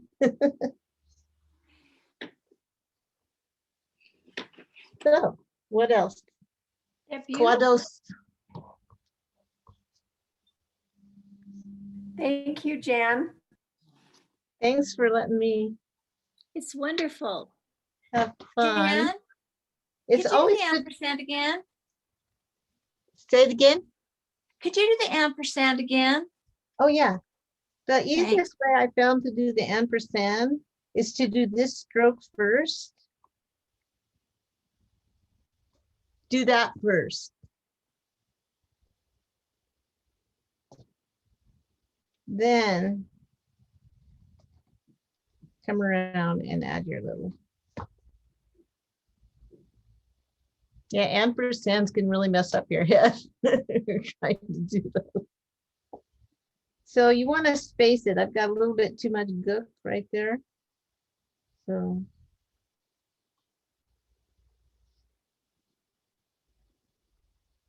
And then once you find one that you like, then be consistent and make them all the same. So play around with it a little bit. Like this would not be one that would go with this alphabet.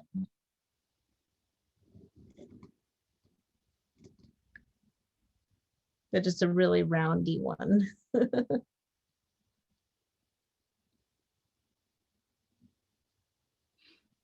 But it's easier to learn to do it when you do it rounder. So that stroke, that stroke, that stroke. And then try doing it on the slant.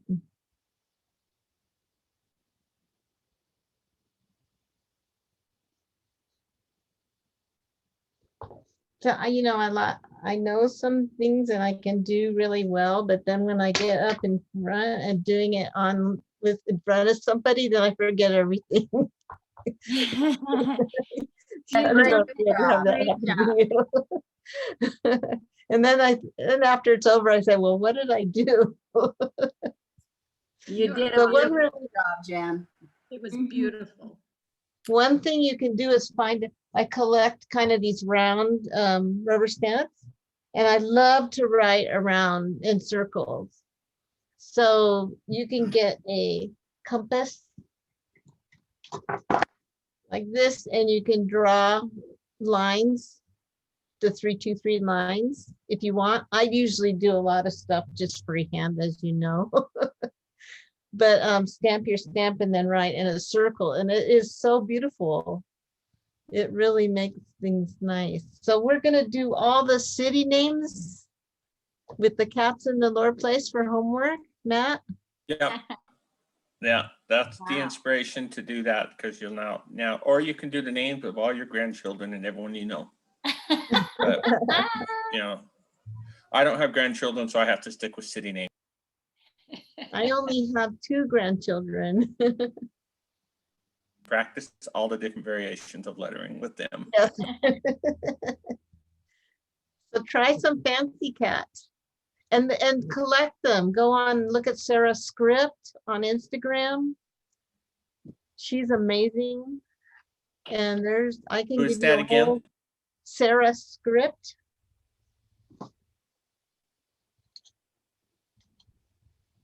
I'll write it down. Yeah, I think I follow her.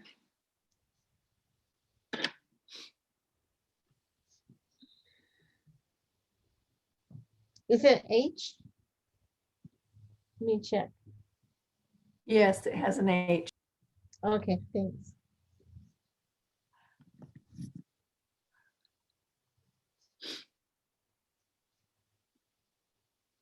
And then past scribe.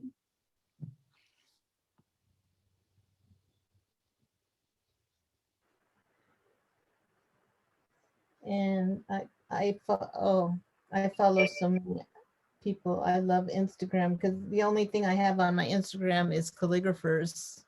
Mm-hmm. So Brecken's on there right now. Nice, Brecken.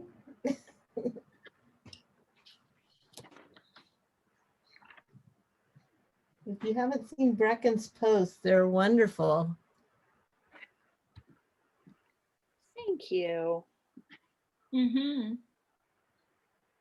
So thanks everybody for putting up with me.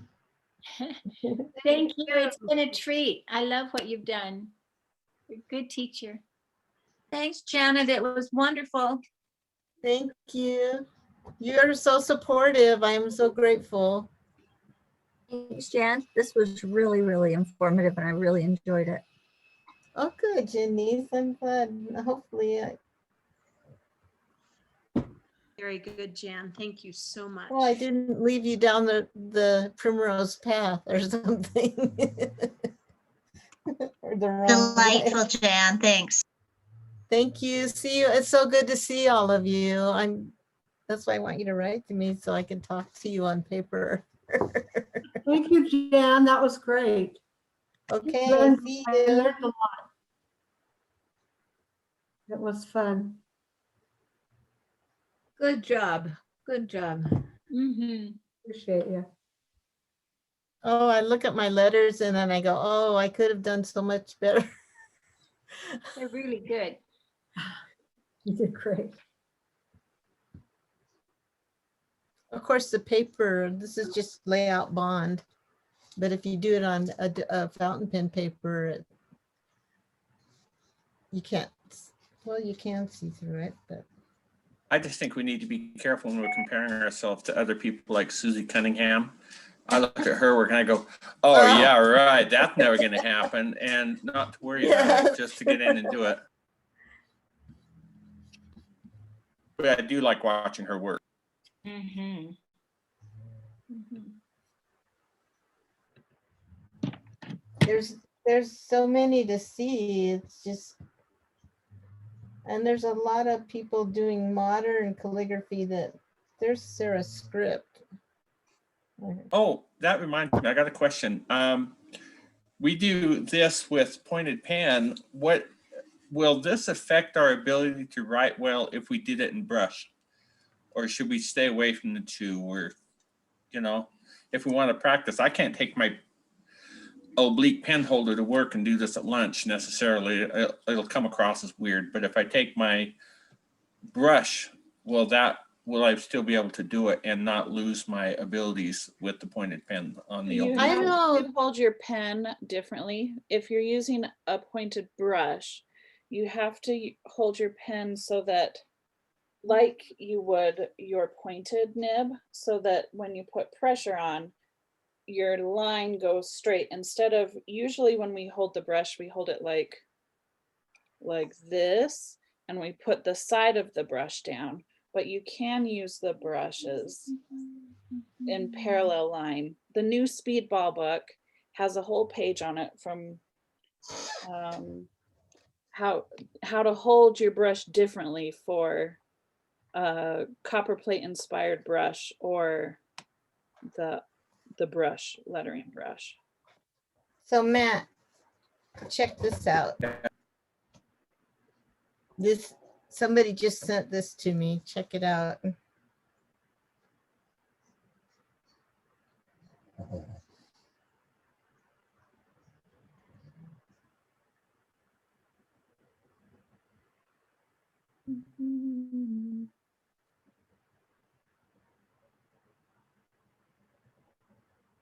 modern fountain pens don't write like that, but this is a vintage that somebody sent me. It's amazing.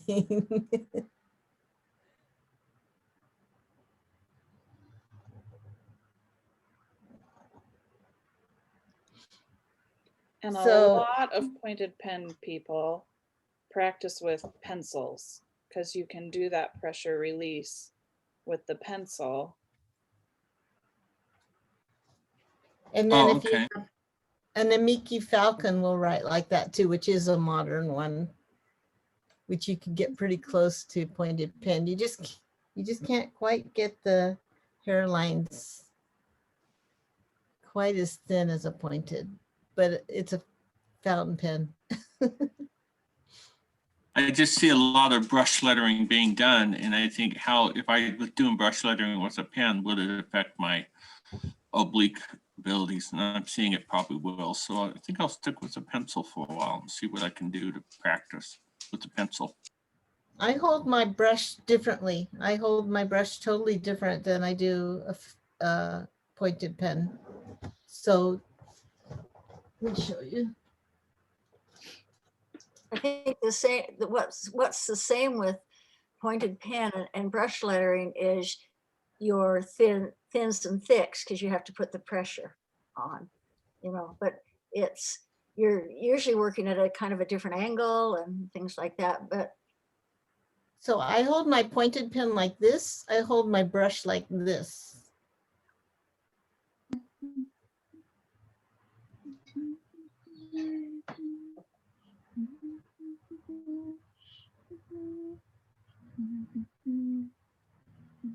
See, your lettering is a lot more, it's not at 54 degrees or whatever, it's a little more taller. So that makes sense to,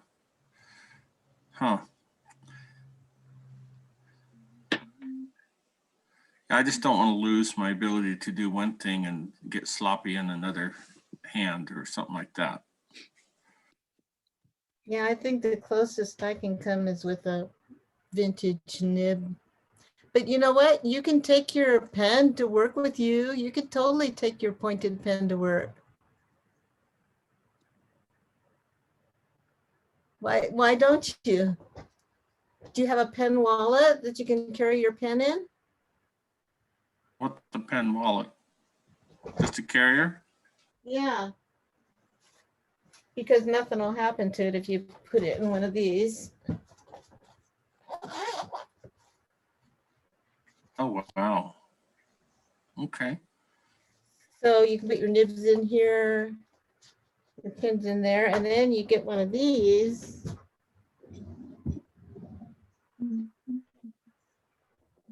Put your ink in.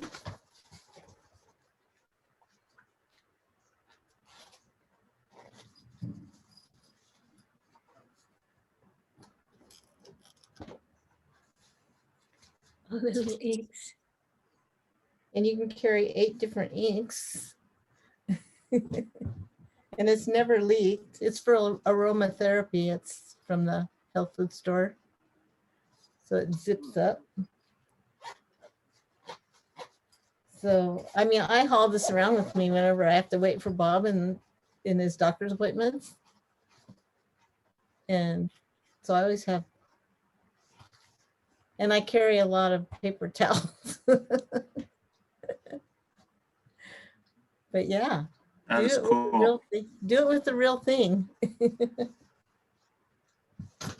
So you just get that aromatherapy thing where they sell those essential oils. Huh? Yeah, I got this at Dave's. But you can go to the company. It's Aroma Ready.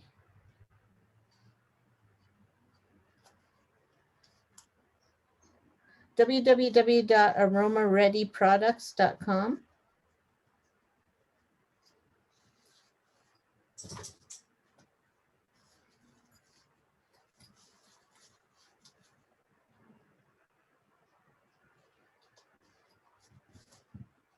And I just labeled, that one's empty. I started emptying this out because I don't want the ink to sit in here too long. But it's a small one. You can dip your pen in it. And then I have one with water. So yeah, I have to have my art stuff with me all the time. If you use sticky tack, you can put the little bottles on the table and they won't come off. Just put a little dab of that, well, fun tack or whatever. Yes. Stick it on the bottle and then it won't fall over. You And can you can totally carry a little bit of that right in the. Yeah. Good point.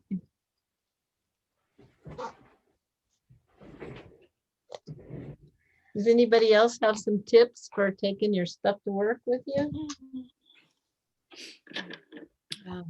My place to work is home. I had a bunch of glass cases that are really long and really solid and had a zipper around them. And I just use those because I had them and they're wonderful. And I stuck little inks and pens in there. I had some short pens that cute Erica made, and that worked great for me and free. Yeah. So where did you get them, Kathy? My daughter worked for this company where they sold really cool big sunglasses, and she just had dozens. That's a cool idea. I know, and I'm kind of a little hoarder, I kind of junk around. Do you know what? She probably has a whole bunch in her warehouse, right, Carol? Carol Snyder probably has a whole bunch of stuff in her warehouse. I'll have to look and see what I have. I do have circles. I do have circle rulers that draw 100 different sizes of circles. Wow. But anyway, I need to send those to, I already made a note, but anyway, so, Cool. And then I had circle scissors that you can use the same way that cuts all the different ones in the warehouse. That's right. Carol's warehouse. So guys, if you have your sheet of paper and you have enough you don't need to keep everything, right? Crease it in the middle. This is my practice sheet. And fold it up the middle.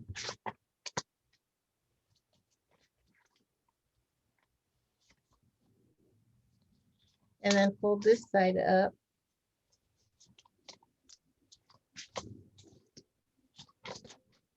And flip it over. I love it.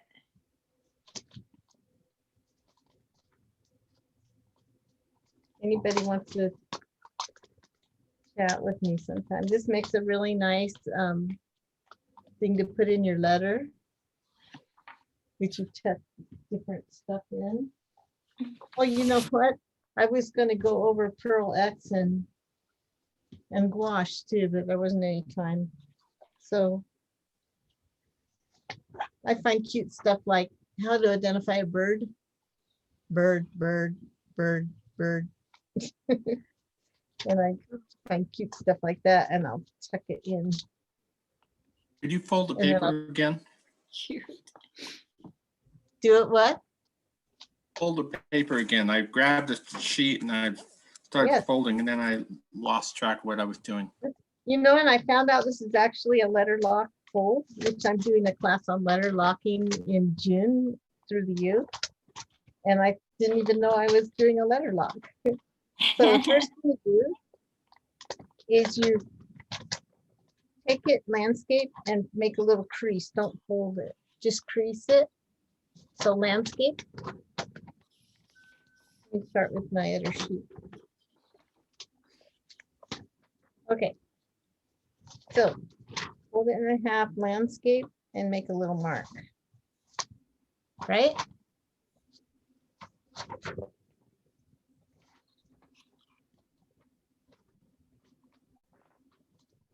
Did you do that? Done. And then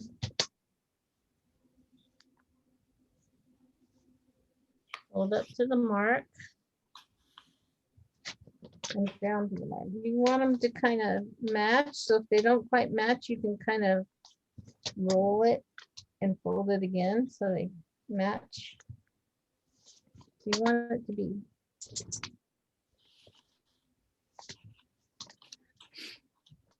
it's gonna be difficult.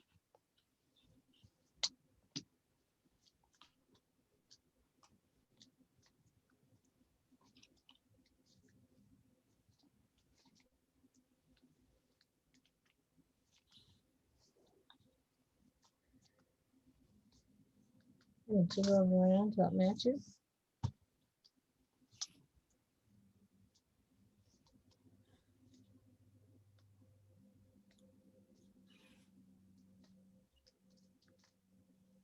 You don't want to overlap it.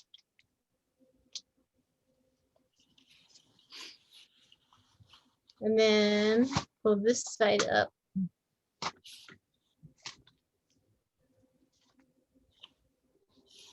So it looks like that.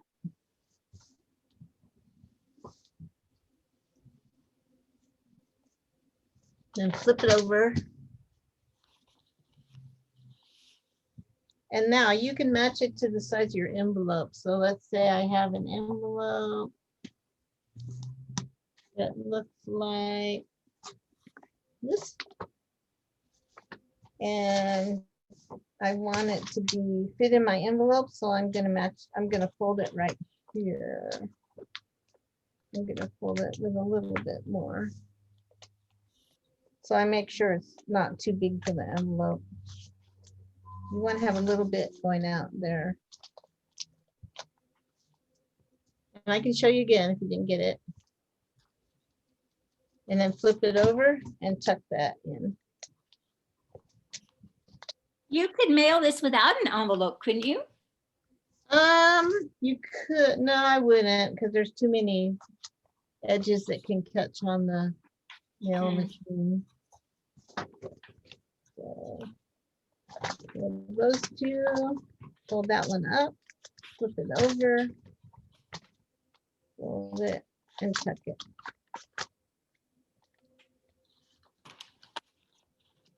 And then the middle fold, the middle one goes all the way through.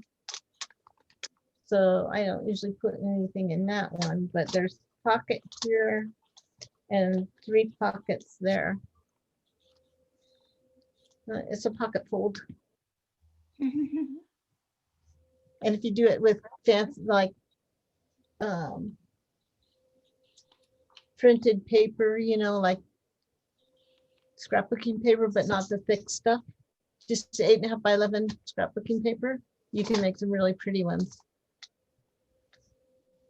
But that's what I do with all my practice calligraphy papers. Right. So that will be a letter. You want to see an easier one, Matt? Sure. Okay. I've got plenty of practice paper. I ran out of practice paper, so this is just a piece of computer paper. So you just fold it in half both ways.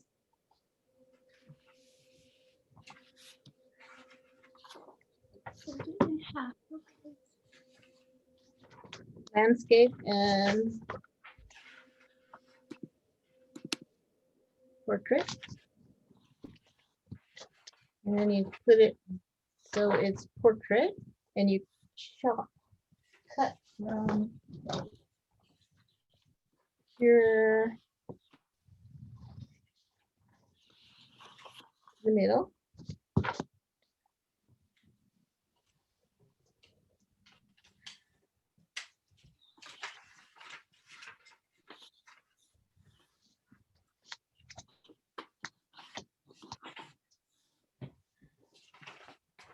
And then you fold up one little corner so it's parallel. About 1 inch. I never measure.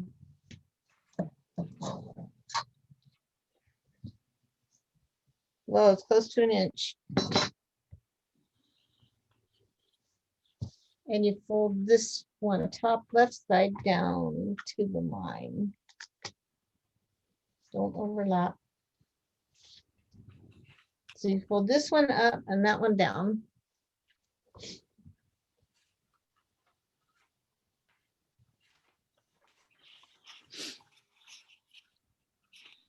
Okay, ready? Okay, you fold this one over and up.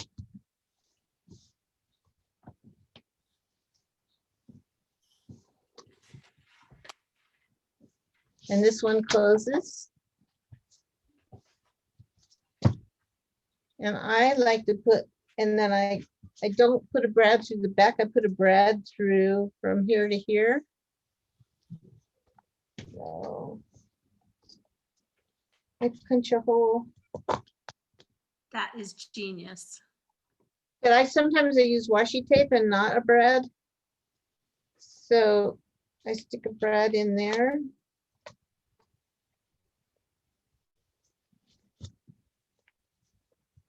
And then, sorry, I'm too lazy to open the brad up right, but then I put a piece of washi. You don't have to, but you could either sew a book in here, you know, do a pamphlet stitch book, or you can just put a piece of washi tape there and you can write stuff on here and tuck stuff in there.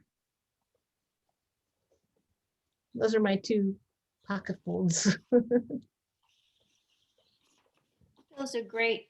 Okay, after the one, I didn't have any scissors. I still don't. So I have to see the one corner comes up, the other corner comes down. I missed one little step. Okay, then that cut edge, I see. You can tear it. I see. You just crease it really good, really tight crease and tear it.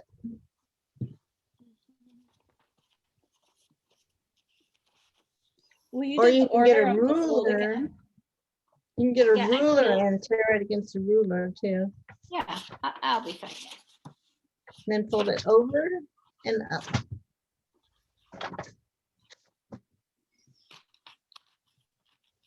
And then you can embellish with your calligraphy.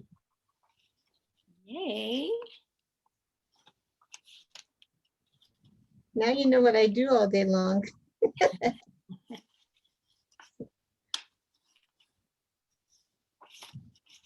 I only have about 8 letters in Q right now. Maybe 10.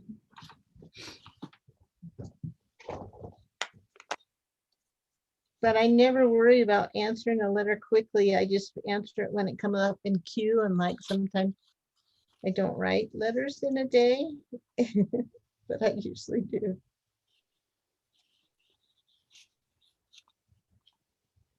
It is actually Write On Month, which is a letter challenge to write 1 letter every day in April. It's called Write, WRITE _ON. And it's a letter writing campaign. I also belong to 2 virtual letter writing societies, Toronto and Arizona. And we just sit around and write letters together.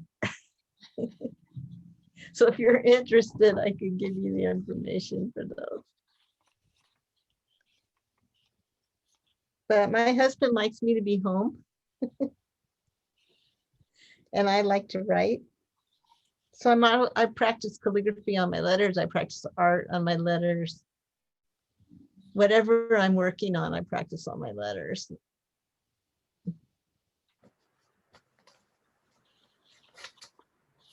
And most of the people I write to aren't calligraphers, so they don't mind if I'm wonky. So I just did this technique, which is kind of a cool art technique. And whenever I'm practicing art, I do it on my envelopes. So I make art every day. Wow. This is with the F&W ink. because I'm going to teach a workshop in it on May 6th at the PTA conference. And what is the PTA conference? It's for the state PTA people, Parent Teacher Association. Okay, I was like, okay, what acronym is that? No. So did I answer your question? Yes, I was thinking calligraphy, not school PTA. Maybe it's Oh, specific talented artists, which you are, Jan. You are so talented. no, not a half as much as most of you guys. Thank Jan? you. I have a question. This kind of goes way back, but where is it that you bought your pen wallet at? Oh, just John Neal. John Neal? Okay. Thanks. I think you can get them at Michael's. Okay.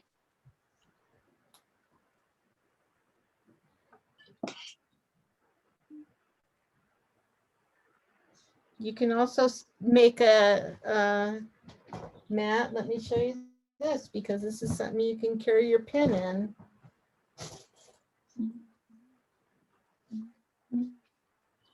It's a chopstick holder. If I can remember how to do it. I don't know. I might have to get back with you, Matt. I'm not sure I remember how to make it. I have one though, made. I just gotta dig it out.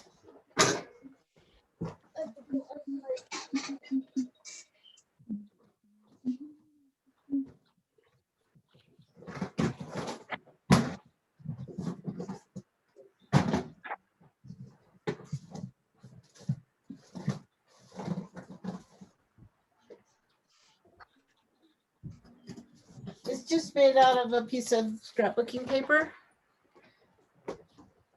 And if you put your pen in and you face the nib backwards, so the back of the pen is against it, it'll protect your pen. But I glued this one and I'll take it undone so I can show you how to make it.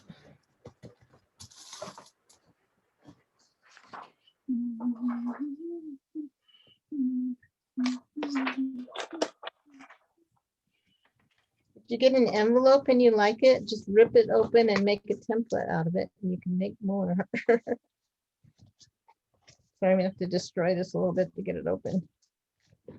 I glued it really good. Okay, so Matt, have you got a piece of paper? I'm ready. Fire away. Okay, so I'm having to rip it quite a bit, but Is this regular 8.5 by 11 or this look like a square piece that you're doing? I think it's 8.5 by 11, but let me check. It's been a while. I used to make these for all my students when we were on live classes. When we were all alive. When we were alive. Okay, so. Yeah, see, actually I cut it a little shorter. No, it's 8.5 by 11, no. Sorry, it's 8.5 by 10.5. But we can do it out at 8.5 by 11, I think. It'll just be a little different size. So what you do is you fold it in half. Didn't know this was going to be an origami class, did you? Yeah. And then fold it in half again. So you have 4 sections. Half one. And then fold this one down.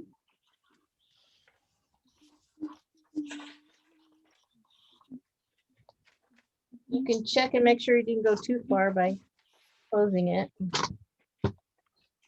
And the other one you fold down to the middle.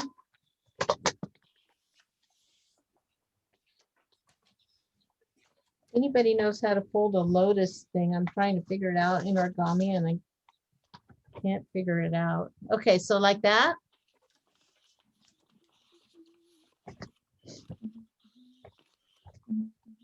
Okay, got it. Okay, then fold this one over.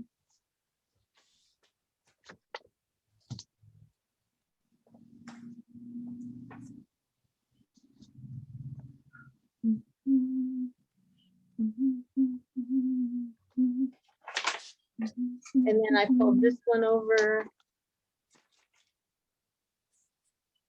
And then that one over. And then I just like that.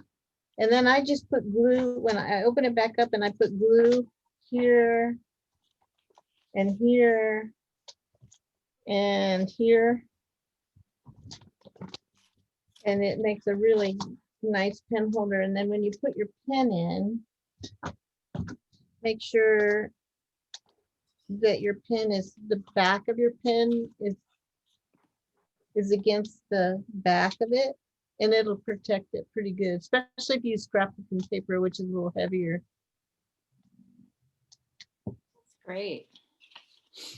You can tuck lots of little things in there. Lots of little surprises for grandchildren. Oh, absolutely. And it's so cute, made out of, you know, cute paper. Cute paper. Well, you made a huge sacrifice there. Thank you for ripping that open. No. Okay, so problem. did you turn the bottom up, Jan? Or did you?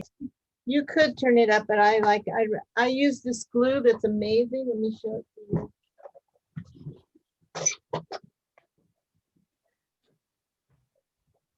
This glue will not come undone.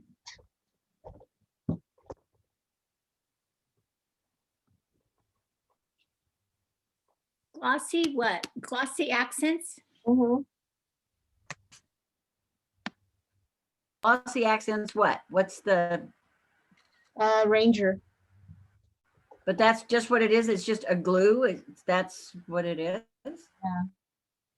Only I keep a pin in it because the top clogs up. For your information, Jan, it did work with an 8.5 by 11. as Oh, far good. Yeah, this is the 8.5 by 11. The only reason I don't know why I cut it shorter. Because it But- looks the same actually, almost. Yes, if you wanted it skinnier, then I think you just cut off the 11 down. Yeah, but look how close it is. It's almost exactly the same. It's just a little bit higher right there. I don't know. Thank you so much. Oh, you're welcome. I'm glad we stayed after class. Yes.